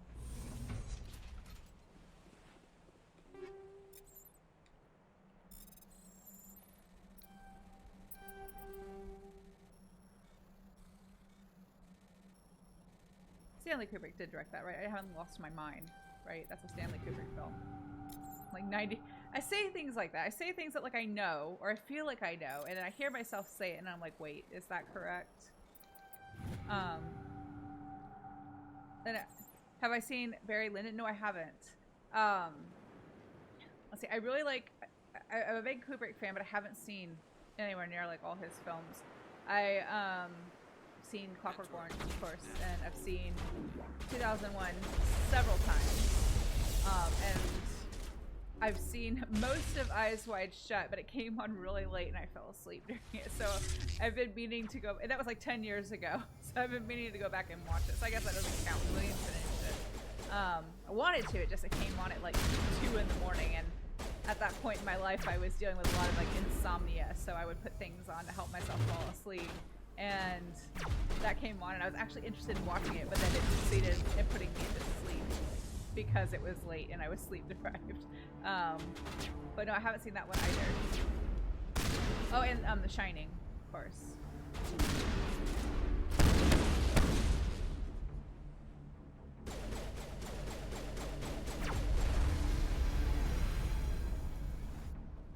Are you dead, or are you just kind of like fuzzy? Whoa.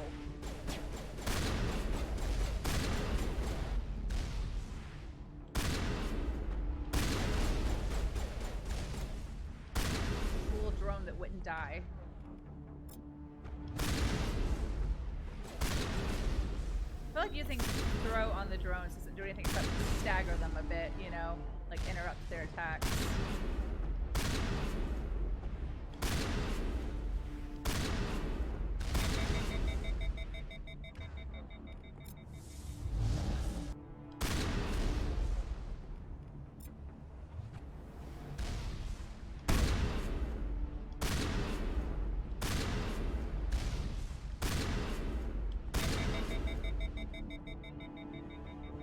Barry Lyndon's a really good movie, but not really deep. That's okay. Movies don't always have to be really deep to be good or enjoyable. It's okay to like the movie for mindless or shallow entertainment. There's nothing wrong with that. It was made in like 2001. Is that one of the ones like from towards, I can't remember what year he died, but it sounds like that was probably closer to the end of his life. I'll have to look it up. I'll have to see if I have access to it. Although I feel like, well, no, I think Eyes Wide Shut is on Netflix.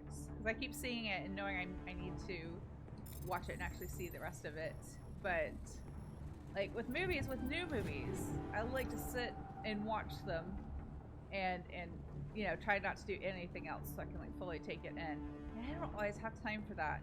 I know I've mentioned this before, but, like, a lot of the things I watch during the week is background noise while I work on other stuff, you know? I don't get as many opportunities I would like to, like, just sit and only watch, you know what I mean? But I'll definitely add it to my list. Oh, sorry, hang on. What is it? So, not really deep. It's, oh, I get what you're saying. It's not as deep as something as like 2001: Space Odyssey. Okay, now I understand. Yeah, I'll have to look it up and watch it.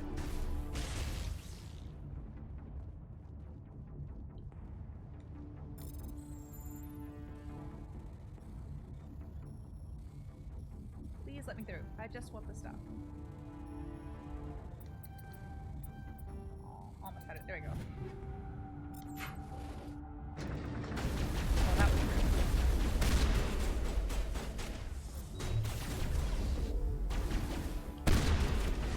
Good work on the gun, Shadow Team. Now it's our turn. Are we good? Did we get everything?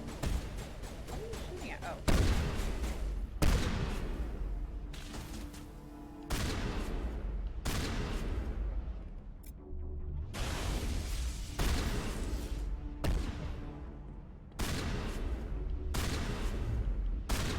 I knew this guy was dead, and then it just like raised its gun in the air for no reason.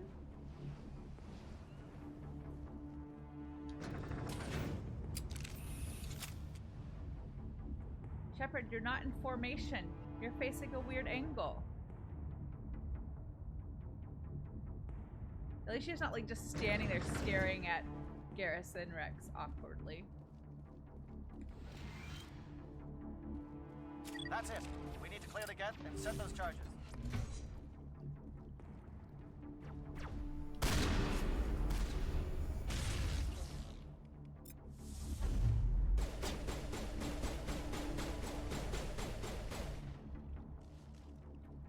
Garrus, why are you using a pistol? You're not trained on pistol. Use something else. Use your sniper rifle or your assault rifle. Something you're actually trained on.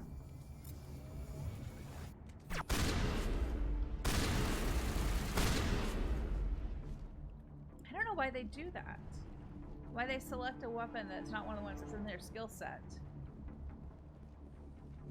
I mean, I occasionally do that if I'm playing without the sniper rifle, or a class that doesn't really use the sniper rifle. I will occasionally grab it for a certain task, but like it's not very effective, so I don't do that very much.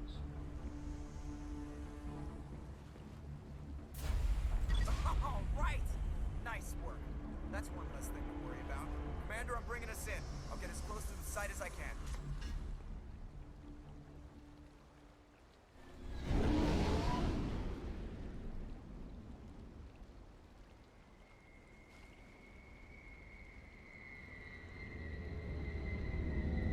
I thought I was looking the wrong direction from when I wasn't.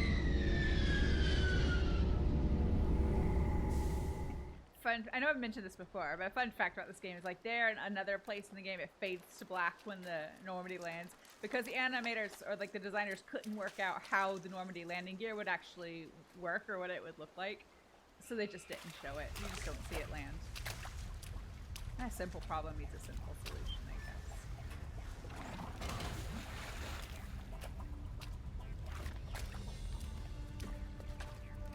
Have I seen a silent voice? Yes, I have. It's really good.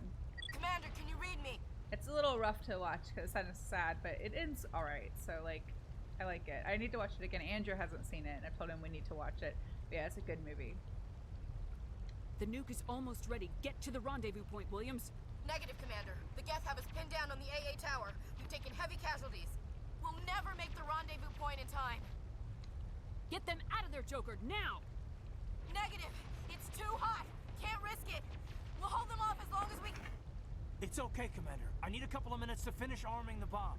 Go get them and meet me back here. Up to the AA tower. Move!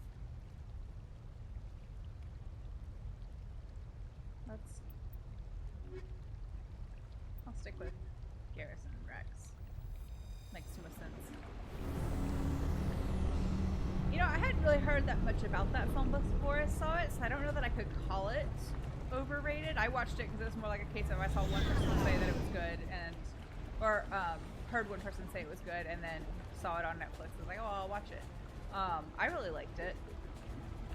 What makes a movie like overrated or appropriately rated or underrated? I feel like it's often very subjective, you know? Like, if you think about like what your favorite movie is, like everybody's got a favorite movie, right? And a lot of times that favorite movie, like, or your favorite video game or video game franchise, or, you know, your favorite book, like there's gonna be someone who thinks it's overrated or doesn't deserve the hype. But a big part of what goes into, where is the door I'm supposed to go through? A big part of what makes it like your favorite is kind of like the circumstances surrounding when you saw it for the first time, or read it, or watched it, or played it for the first time, and like how it impacted you in that moment. So like, I always hesitate to call things like overrated. I'm more ready to call things like underrated. Like there are things I think people should, or you know, like something's not getting enough attention. I don't feel like. But it's like so subjective, you know? So like I like to stay away from the word overrated when talking about things, because I don't want to offend somebody, you know, who thinks it's their favorite. But I know what you mean. I thought it was really good. I mean, I wouldn't put it on like a list of like my all-time favorite movies, but that doesn't mean it's not on somebody else's list of all-time favorite movies. But it was a good movie. I liked it. I would watch it again.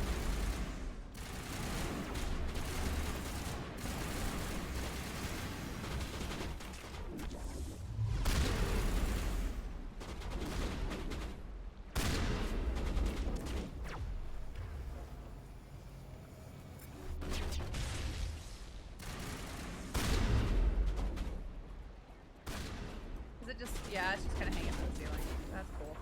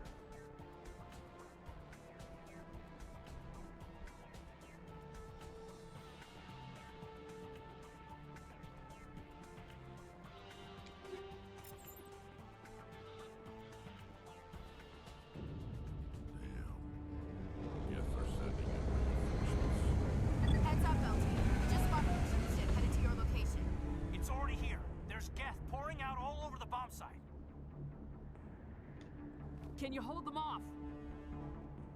There's too many. I don't think we can survive until you get here. I'm activating the bomb.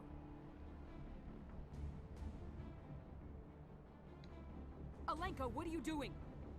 I'm just making sure this bomb goes off, no matter what. It's done, Commander. Go get Williams and get the hell out of here.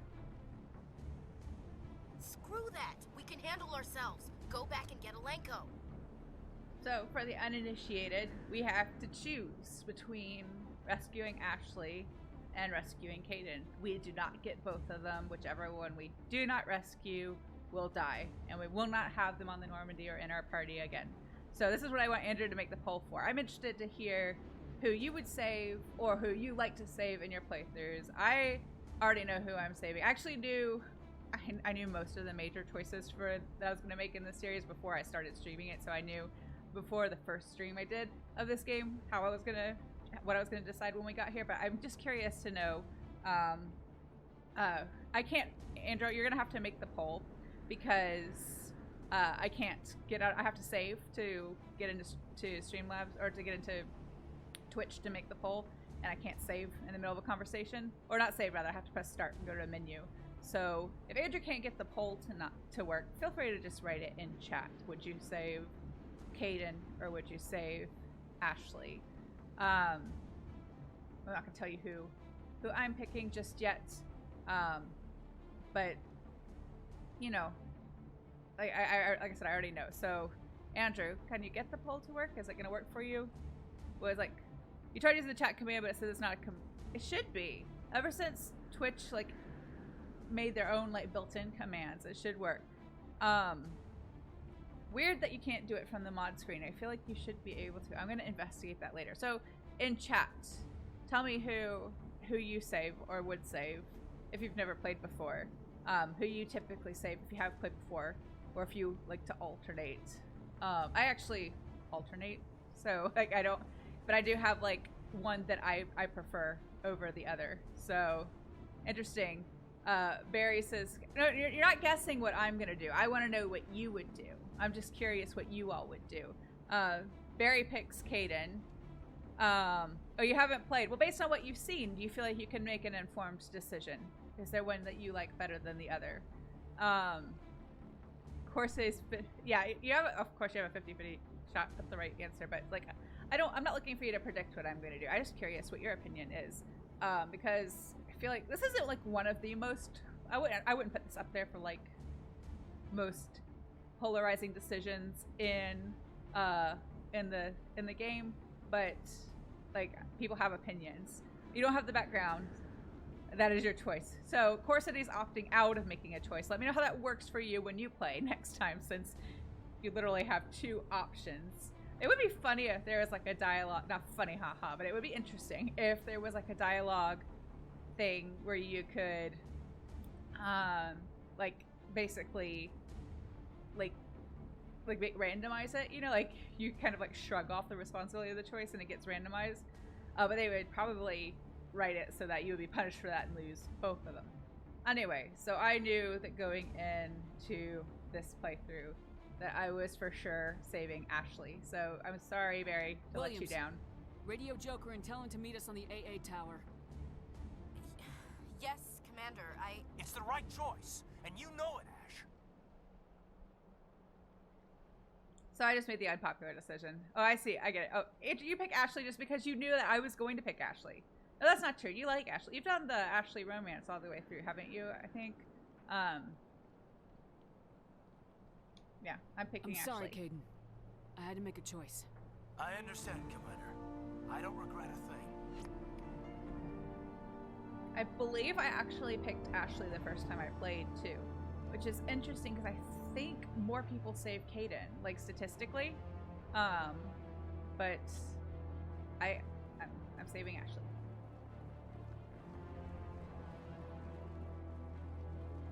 Defend my choice.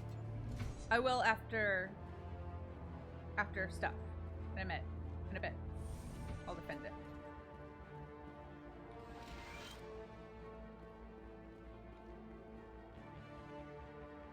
I always mean the 2 times you play. Haven't you played it 3 times? I feel like you've played it Or have you only done it once through... Oh, I need to push the button. Once through, on the original release and once on... Andrew's gonna argue my point of view for me. Caden is a bit of a crybaby. There's nothing wrong with being an emotional human being. Or an emotional man. It's not that. He's just needy AF. That's not all my reasoning. I have actual reasons.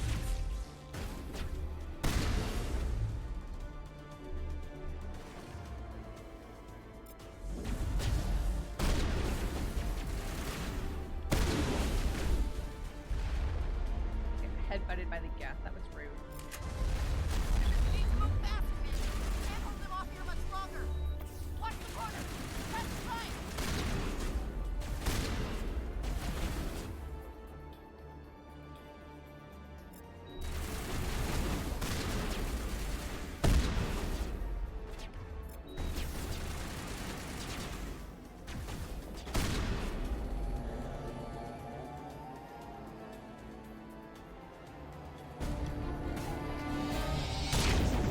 This is because he hit on me too many times. That might have to.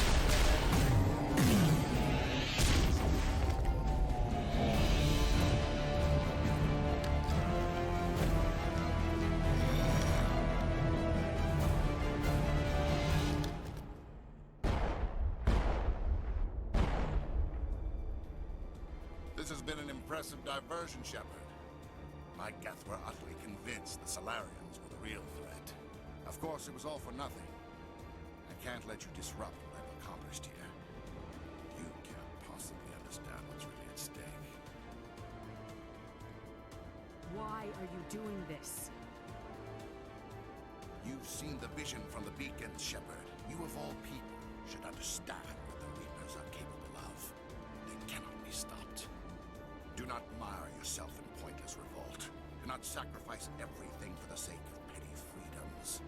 The Protheans tried to fight, and they were utterly destroyed. Trillions dead. But what if they had bowed before the invaders? Would the Protheans still exist? Is submission not preferable to extinction? Do you really believe the Reapers will let us live? Now you see why I never came forward with this to the Council. We organics are driven by emotion instead of logic.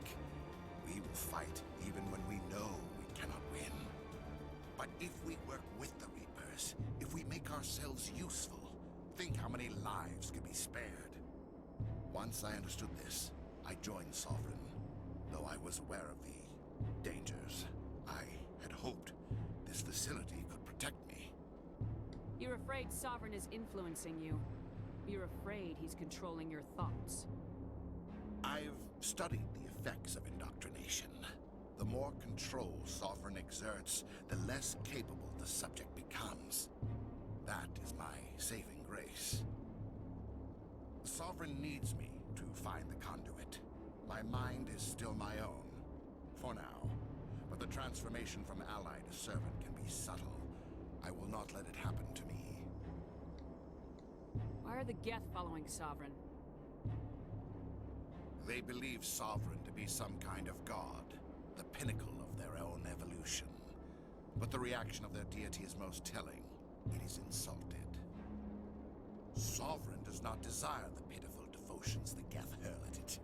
They are just tools, and no amount of belief on their part will change that. But as tools, they are useful. They will survive the coming invasion. If organic life is to survive, we must also prove we are useful. We must work with the Reapers. Tell me why Sovereign needs the conduit. Tell me what it is. Maybe we can find a way to stop them. The conduit is the key to your destruction and my salvation. Sovereign needs my help to find it. That is the only reason I have not been indoctrinated. Sovereign's manipulating you and you don't even know it. You're already under its power. No, Sovereign needs me. If I find the conduit, I've been promised a reprieve from the inevitable. This is my only hope. Don't you see? You are just a tool. Sovereign is using you. In the end, you'll be tossed aside with all the rest. Do you think you can sway me, Shepard? Do you think I haven't already thought of this? Sovereign is a machine. It thinks like a machine. If I can prove my value, I become a resource worth maintaining. There is no other logical conclusion. You know, supervillains are not worthy of the nice responses, Corsetti. So, yeah. I'm not like you. I'd rather die fighting than live as a slave. She's a I'm not Paragade. doing this for myself. Not 100% Paragon. Don't you see? Sovereign will succeed. It is inevitable. My way is the only way any of us will survive. I'm forging an alliance between us and the Reapers, between organics and machines. And in doing so, I will save more lives than have ever existed. But you would undo my work. You would doom our entire civilization to complete annihilation. And for that, you must die.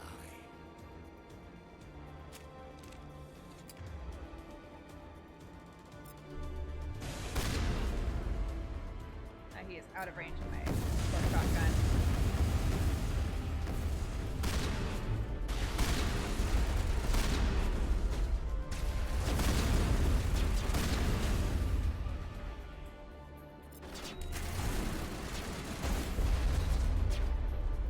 I think kill it.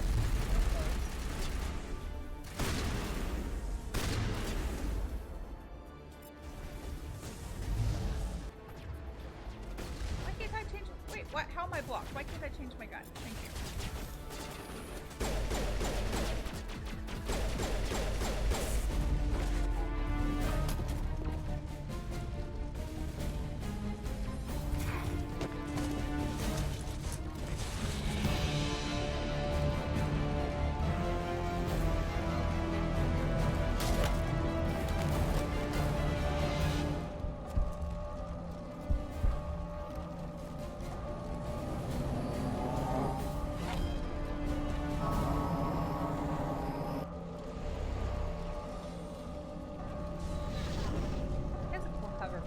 Why don't we ever get one of those? Why does nobody else in this game have one of those? In this series have one of those?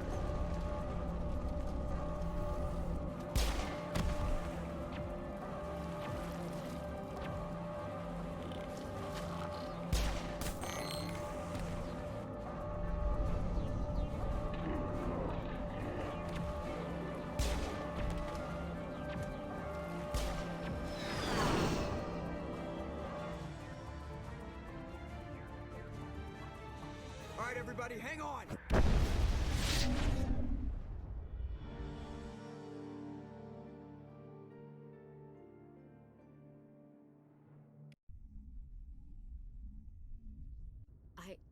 I can't believe Caden didn't make it. How could we just leave him down there? Alenko knew the risks going in. He gave his life to save the rest of us. It should have been me, Commander. You know that. It wasn't your call, Williams. I had to choose. I chose you. I'm sorry, Commander. You saved my life. I'm grateful for that. But it should have been me. Alenko was a superior officer. I would have gladly stayed behind. Ash, how far are you gonna drive yourself? Are you trying to be a martyr? To redeem your grandfather's honor? That's not fair. The hell it isn't. I don't want a Marine with a death wish covering my back. Get over it. Aye, Commander. Commander, excuse me for interrupting, but I have an idea. I think the beacon you found in Saren's base was similar to the one you found on Eden Prime. It may have filled in the missing pieces of your vision. I might be able to help you put all those pieces together. You want to join our minds again, don't you? Okay, go ahead.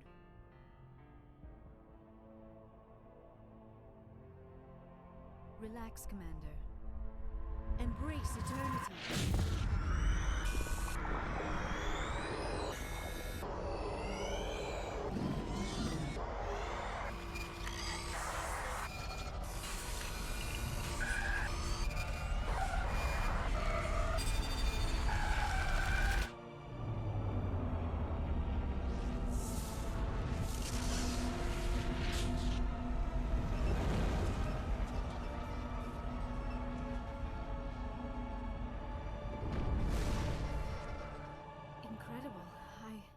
I never thought the images would be so intense. I need a moment to collect myself. Did the vision make any sense to you? It's a distress call. A message sent out across the Prothean Empire. A warning against the Reapers, but the warning came too late. What about the conduit? There were other images, locations, places I recognized from my research. Ilos! The conduit is on Ilos! That is why Sarah needed to find the Mu Relay. It is the only way to get to Ilos. How come you never told us about Ilos before? The Mu Relay links to dozens of systems and hundreds of worlds. How was I to know Ilos was the one we wanted? Without the cipher, the images in your visions were never clear. Only now do I recognize them as landmarks from Ilos. We need to get to Ilos. Forget it. The Mu Relay's inside the Terminus systems. Alliance ships are not welcome there. Neither are Spectres. The conduit's on Ilos. That's where Saren's heading. I'll be waiting for him when he gets there. Saren will have his entire fleet orbiting Ilos. You will never make it down to the surface without reinforcements. You must alert the Council. We need a fleet to... I am sorry. The joining is exhausting. I should go to the medical bay and lie down for a moment. Dr. Chakwa should take a look at you. That will not be necessary. I just need some rest. Somewhere quiet. I hate how she says the same thing every single time. It gets a bit We're repetitive. done here. Dismissed. Commander, there's a convoy nearby. I can link us in if you want to report back to the Citadel Council. You know, to warn them about Sovereign. Set the link up, Joker. They need to know. Patching it through. Commander Shepard, I'm pleased to see your mission on Virmire was a success. Saren is formidable enough without an army of Krogan serving under him. The Krogan would have served Sovereign, a Reaper. Yes, we saw mention of this on your report. Sovereign, Ascension machine, a true artificial intelligence. This news is quite alarming, if it turns out to be accurate. Sovereign's a Reaper. Saren admitted it. He's playing you, Shepard. Saren still has contacts on the Citadel. He probably saw your earlier reports, the ones talking about your vision and the Reapers. It's highly possible Saren is using false information to throw you off balance. Our own intelligence has never turned up any corroborating information. I tried to warn you about Saren. You didn't believe me then, and look how that turned out. I believe you humans have a saying. Even a broken clock is right twice a day. Rude. Here's another saying. Go to hell. Maybe we were wrong about you, Shepard. Maybe humans are too hot-headed to be Spectres. Enough! Commander Shepard has performed admirably so far. This discussion is only a minor disagreement. Sooner or later, you're gonna have to take something I say on faith, Counselor. Try to see this from our perspective, Commander. Saren is a threat we can recognize. However, as far as we know, the Reapers only exist in your visions. Our decisions affect trillions of lives. We cannot act on the accusations of a single person, even a Spectre. Not without solid evidence. The Council cannot take any official action here. That is why we created the Spectres. You have the authority to act as you see fit. If you truly believe Sovereign is the real threat, you must take whatever steps are necessary to stop it. And Saren. Good luck, Commander. From all of us. Okay, so now I'll defend my decision to save Ashley. Also, but first though, talking about like going renegade, I watched a video on this recently that was really interesting. How in like some of these like RPG video games, like the dialogue options get like over streamlined so that it's just like kind of just this binary of like good response, bad response, or like good response, evil response.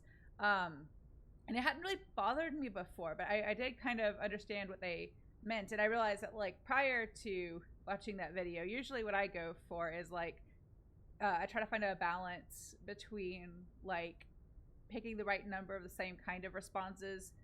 There, without spoilers, there are like times where the mechanics in the game mean you need to have picked the same response or the same type of response in a sequence in order to get a certain outcome. But also you need to like max out your charm or intimidate or your paragon or your renegade in order to get access to certain like responses, or later in the second, third game, like interrupts. And so I try to balance it out, but like I feel like no person would always respond to every situation the exact same way. So I'd like to mix it up based on like context and how I think that my Shepard, my version of Shepard, would feel or would respond. Like, because I feel like she's not always going to have a level head about like everything. So I like to mix it up a little bit, but I still try to be strategic because of game mechanics. No, I didn't feel criticized. I thought it was really interesting that they pointed this out in this video. I can't remember who the YouTuber was right now. Maybe I'll think of it later. But they were talking about like comparing something like Mass Effect to like Dragon Age Origins, where you have just a list of responses and there's no like tone indicator or like any sort of like indicator of like what the correct good response is. You kind of just have to like make a choice and then deal with like the consequences, right? And so I think like I kind of enjoy that. I feel like that's a little bit more realistic. You know, sometimes when you choose the response that's appropriate for you or your character, like you shouldn't necessarily be able to predict how people are going to react to that. Like I said, the way it's structured in this game, it's never bothered me, but I kind of appreciate that perspective. So I do like to mix it up a little bit, also just for what I think creates the most interesting interaction, and also like most realistic interaction. But you know, I like to prioritize like the story too. That's what I'm trying to do. Since this is a game I've played many times, I'm trying to give you, I guess, like what I consider to be like my curated version of like the best set of circumstances. Except for not talking to the CSEC officer after I dealt with the Hanor on the Citadel. Like, that's just gonna bug me for like the entirety of this playthrough that I messed that up. But hopefully that's the only one. So why I chose Ashley over Kaidan. First of all, character arc. Kaidan has like no character development. He does not change from like the beginning through the third game if you keep him. He is kind of the same. He is often righteously indignant, and he doesn't change. He doesn't grow. He doesn't evolve. Now, Ashley, I don't think ever entirely sheds like her prejudices, but she definitely improves. She definitely like stops saying so many like space racist things, you know. And I think she has an interesting arc, and I like her dynamic with. I mean, my perspective with female Shepard. I've only ever played female Shepard. But I like having her around. Also, with like a more superficial reason, but like I like to keep my female characters around, you know. So many games where like your entire party is like dudes, or most of the characters are dudes, and I like having a badass soldier lady along as part of the party. But also like I just enjoy the way some of the interactions with her in the later games play out. And there's Kaidan as a character. He's all right. He's not bad. There are things he does that bug me. It bugs me that you can't be nice to him without him thinking you like him. Like, that's a problem. Like, you're not like there's not a middle ground that's like not being an asshole to him, but not flirting with him. If you're nice to him, he thinks you're romancing him, or like stealth romancing him, and I don't like it. Now, I have played this game before where I romance him in the first game and then dump him in the second game for the actual romance option that I'm going to make, or going to take. I'm not spoiling you all. It's probably not going to be that hard to figure out. Anybody who knows anything about this game and knows anything about me and my stream. But I'm still keeping it a secret as best I can for now. But which I would be lying if I said it. I didn't get a little bit of satisfaction out of like dumping him for this other character, but I like having Ashley around, and I think I enjoy the third game a bit more if she's around for that. And also, it's slightly like arbitrary. I tend to alternate. I tend to do it one way one playthrough and one way the next playthrough. And last time I played, I did save Kaidan, and so this time I wanted to save Ashley. But also, I feel like most people seem to save Kaidan. I think there was like like when Legendary Edition came out, when it had been out for like a month or a couple months or something, they did like this big graphic, like infographic that showed like the stats on a lot of the major choices. And it was like overwhelmingly, I think that most people saved Caden. I might have it wrong. Let me know if I had it wrong. But I think that was right, that most people let Ashley die on Virmire. And I was having trouble understanding why. It's possible it's like a mechanic thing that people think that if they kind of follow the dialogue and they, like I did this time, they leave Caden to set the nuke because he's kind of a tech expert, and you send Ashley with the Solarians because she's a soldier and she's, you know, not squishy and would actually be able to help them. Whoops, sorry, up the mic. Then they might think that like if you go save Ashley, the nuke won't go off and you won't complete the mission, which I never like misinterpreted it that way. I think it always made sense to me, and I'm pretty sure on my very first playthrough of this series of this game, I saved Ashley. That just seemed like the choice I wanted to make. Because I remember when I played it that first time, I decided to go get Ashley. I think I thought I might have an opportunity to come back for Caden, and then was kind of sad when I couldn't come back for him. I think when I played it the first time, the strategy part of my brain was thinking, well, Ashley's with the Solarians. Like, I want to rescue all of them, so I'm going to go save her and them first, and then I'll come back for Caden, which obviously that's not how it works out.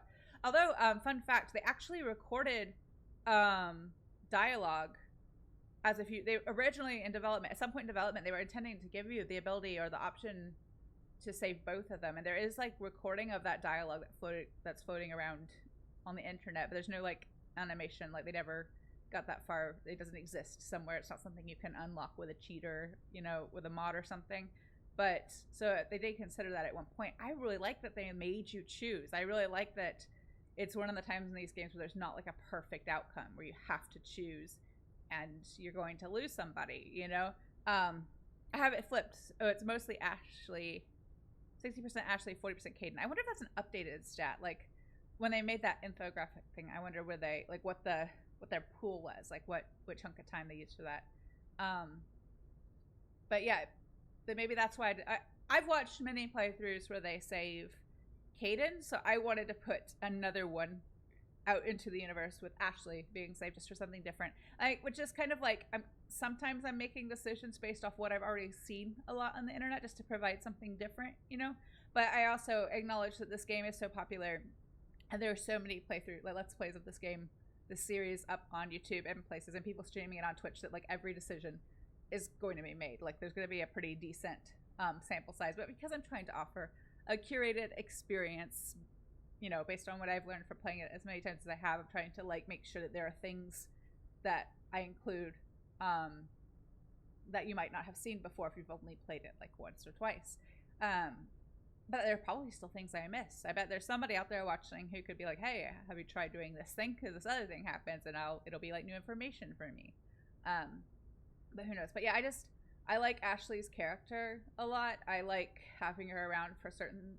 I like having her in the third game. I think in the third game in particular, if you're female Shepard and you haven't romanced Caden, some of the dialogue is kind of weird in the beginning of the third one, and it doesn't adapt well to the fact that you were only ever friends. It seems a bit like strange, you know? Like the game almost assumes that you would have like a romantic history with him, and you don't get that if you're a female Shepard and you saved Ashley. It makes a little bit more sense and feels a bit more organic. So would you call that metagaming? I guess I'm metagaming a little bit when I make these choices and not really like act like role playing like Shepard.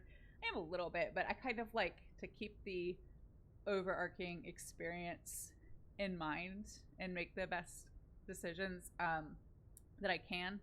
So before I save for today, I want to go talk to Ashley. I'm going to do a bit of like gear swap and sell stuff, and then I'll save and we'll be done for today. So glad I was able to get all of Virmire into one stream. It's so much better, I think, this way than if I had to split it up between two streams. Oh, I forgot they're with us. Hi, It was an Kirby. honor working with you, Commander Shepard. Despite the losses, our mission was a success. Lieutenant Alenko's actions will not go unnoticed. His sacrifice has earned humanity a great deal of respect from my people. Caden was a fine officer. He knew what the risks were, but he did what he had to. Of course. The grim reality that every soldier must accept. Rest assured, Commander, my men and I will not forget what you have accomplished here. We will leave your ship as soon as you reach your next destination. Perhaps we will have the opportunity to work together again someday. You have my gratitude, Commander. Most people would have left our team behind. The captain considers the mission a success. I defer to his judgment. Let me see what you have. So what's next for next Wednesday? We're gonna go to, we have to go back to the Citadel anyway as a part of the story. But it'll be like, I want to do, without spoiling, excuse me. I want to do that next. It's like basically you have to go to the Citadel and do things to prep for the next chunk of story. I think I'm all wrapped up on side missions, but I'll also make sure that I have all of that done. And we'll catch up with crew a little bit. Supplies? And just make sure that I might start like the last leg of the main story. I think we've done everything. So that's not a satisfying or clear answer at all. So next, obviously, based on what we know of the story, I still try to keep chat and everything as spoiler free as possible for anyone who's never played before. We have to go back to the Citadel because we'll have to meet with the council again before going to Ilos. And when we go back to the Citadel, that could mean that there's some other side mission-y things that might pop up. So if those pop up, we'll deal with those before kind of initiating the last leg of the main story. So really, they're like Citadel time basically, but it may not just be Citadel time. It might be Citadel and then starting like kind of the last bit of it. So we may only have 2 or 3 streams left of this first game before it's time for Mass Effect 2. Just kind of depending on how things go, how long it takes to play through. It might be 4. I feel like the last chunk, thinking back over the last time I played it, like there are bits of it sometimes that I feel like play through super fast, and then sometimes I feel like it takes a little more time. I haven't played Insanity difficulty as a Vanguard before. I've played as a Vanguard before. I've played Insanity difficulty before, but not the two together. So like the combat through those last couple of fights could be really rough. We'll see.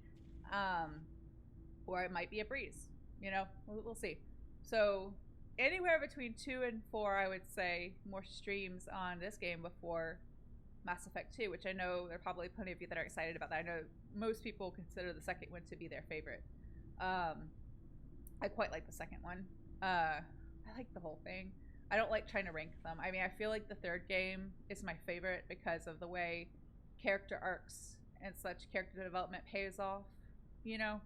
It has its problems. It's not without its problems. I'm able to be like critical of things I enjoy and things I like, and I'll for sure get into that when we get to the third game. You know, I have opinions about things, but the second game, I'm looking forward to playing with you all because it's got a lot of story, a lot of lore in it.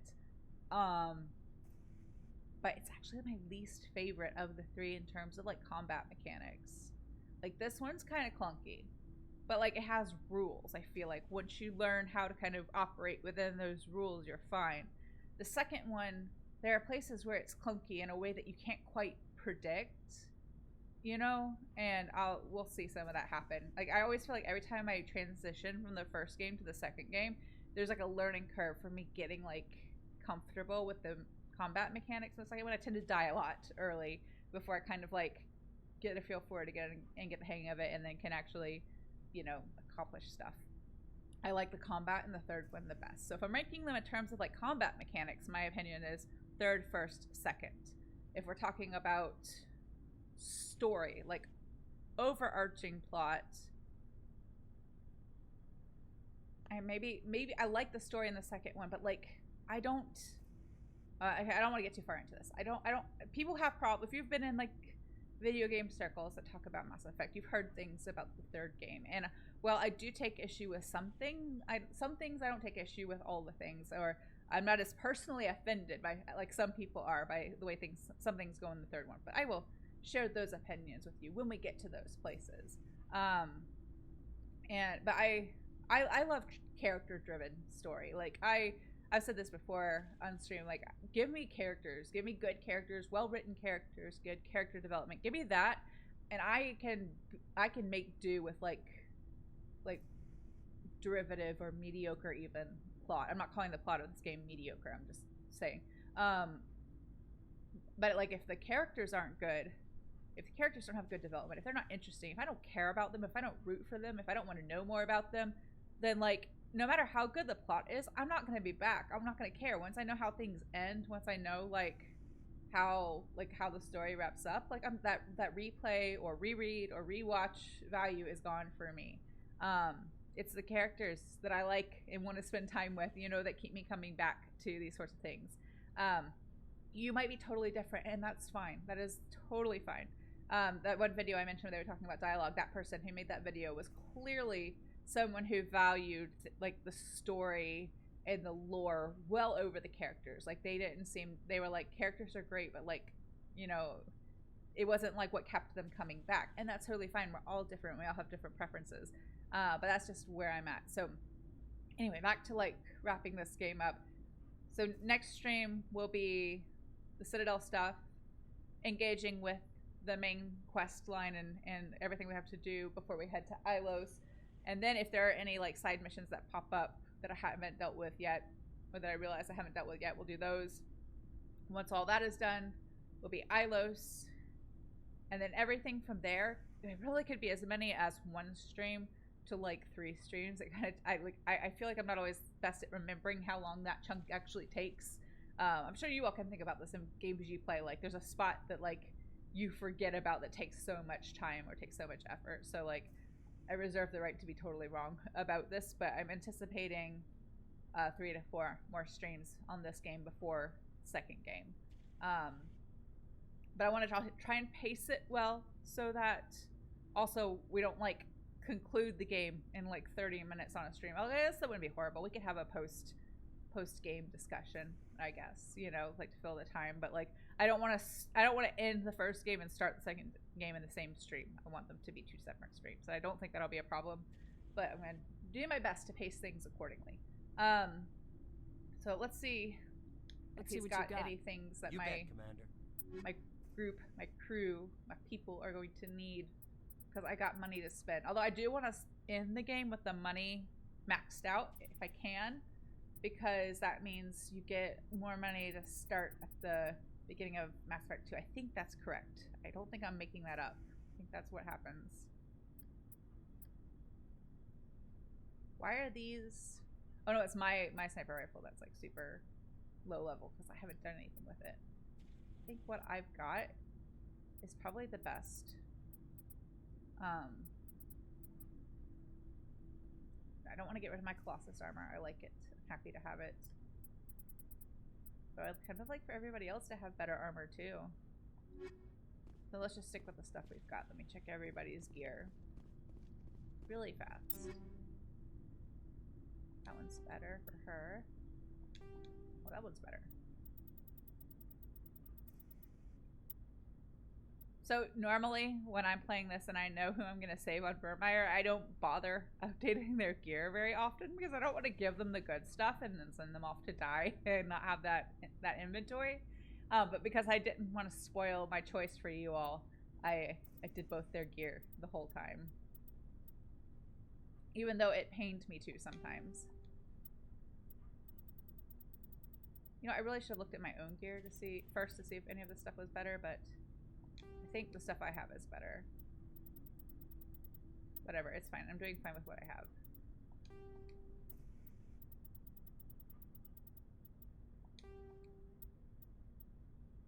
Oh, I don't feel like doing mods today.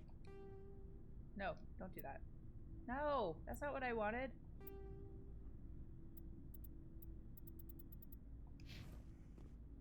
Now we can't even get in Caden's locker anymore. It's sad. No, not that one. No. Keep clicking the wrong things at the wrong time.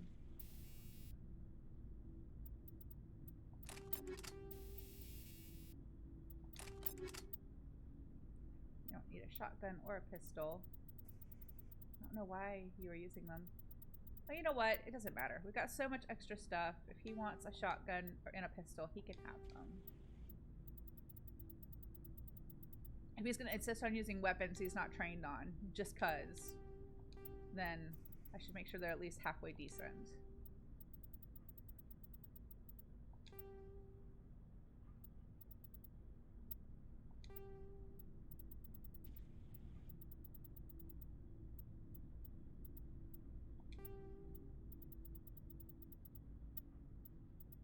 I think his sniper rifle's pretty good. I know there's a better one like floating around in game. I just haven't found it yet.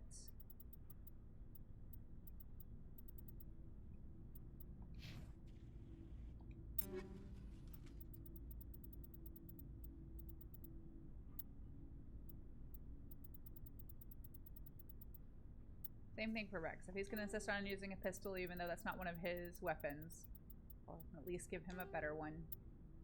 I haven't seen him try to use a sniper rifle, but I wouldn't put it past him. I wonder if that's linked to like the squad power usage. I always leave that on and let them use their powers as they want to. But it is a little annoying when they change to a weapon that they're not actually meant to use. I don't think Tali does that, but when I've got so much stuff, why not? If she just wants a fancy assault rifle just cuz, she can have it.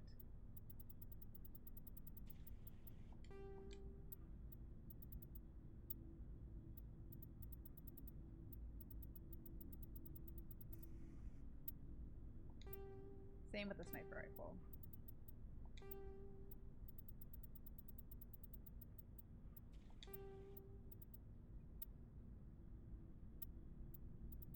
I think her armor is pretty good.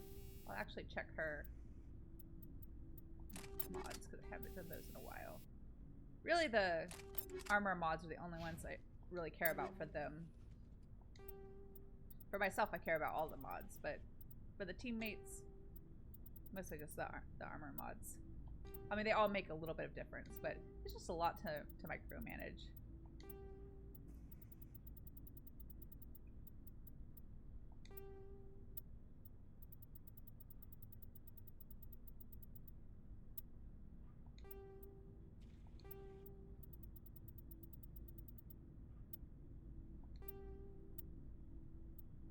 Oh, we have a lot of biotic amps.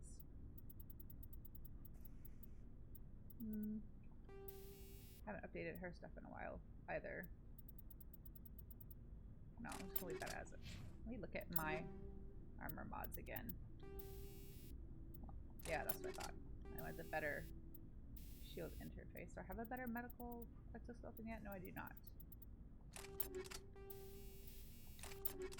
Okay, so with that done, I'm going to leave us right here because when I start on Wednesday, I want to chat with the crew because I haven't done that in a while, and there will be like post Virmire dialogue. But have a great rest of your Saturday, and I will see you again next time. Bye.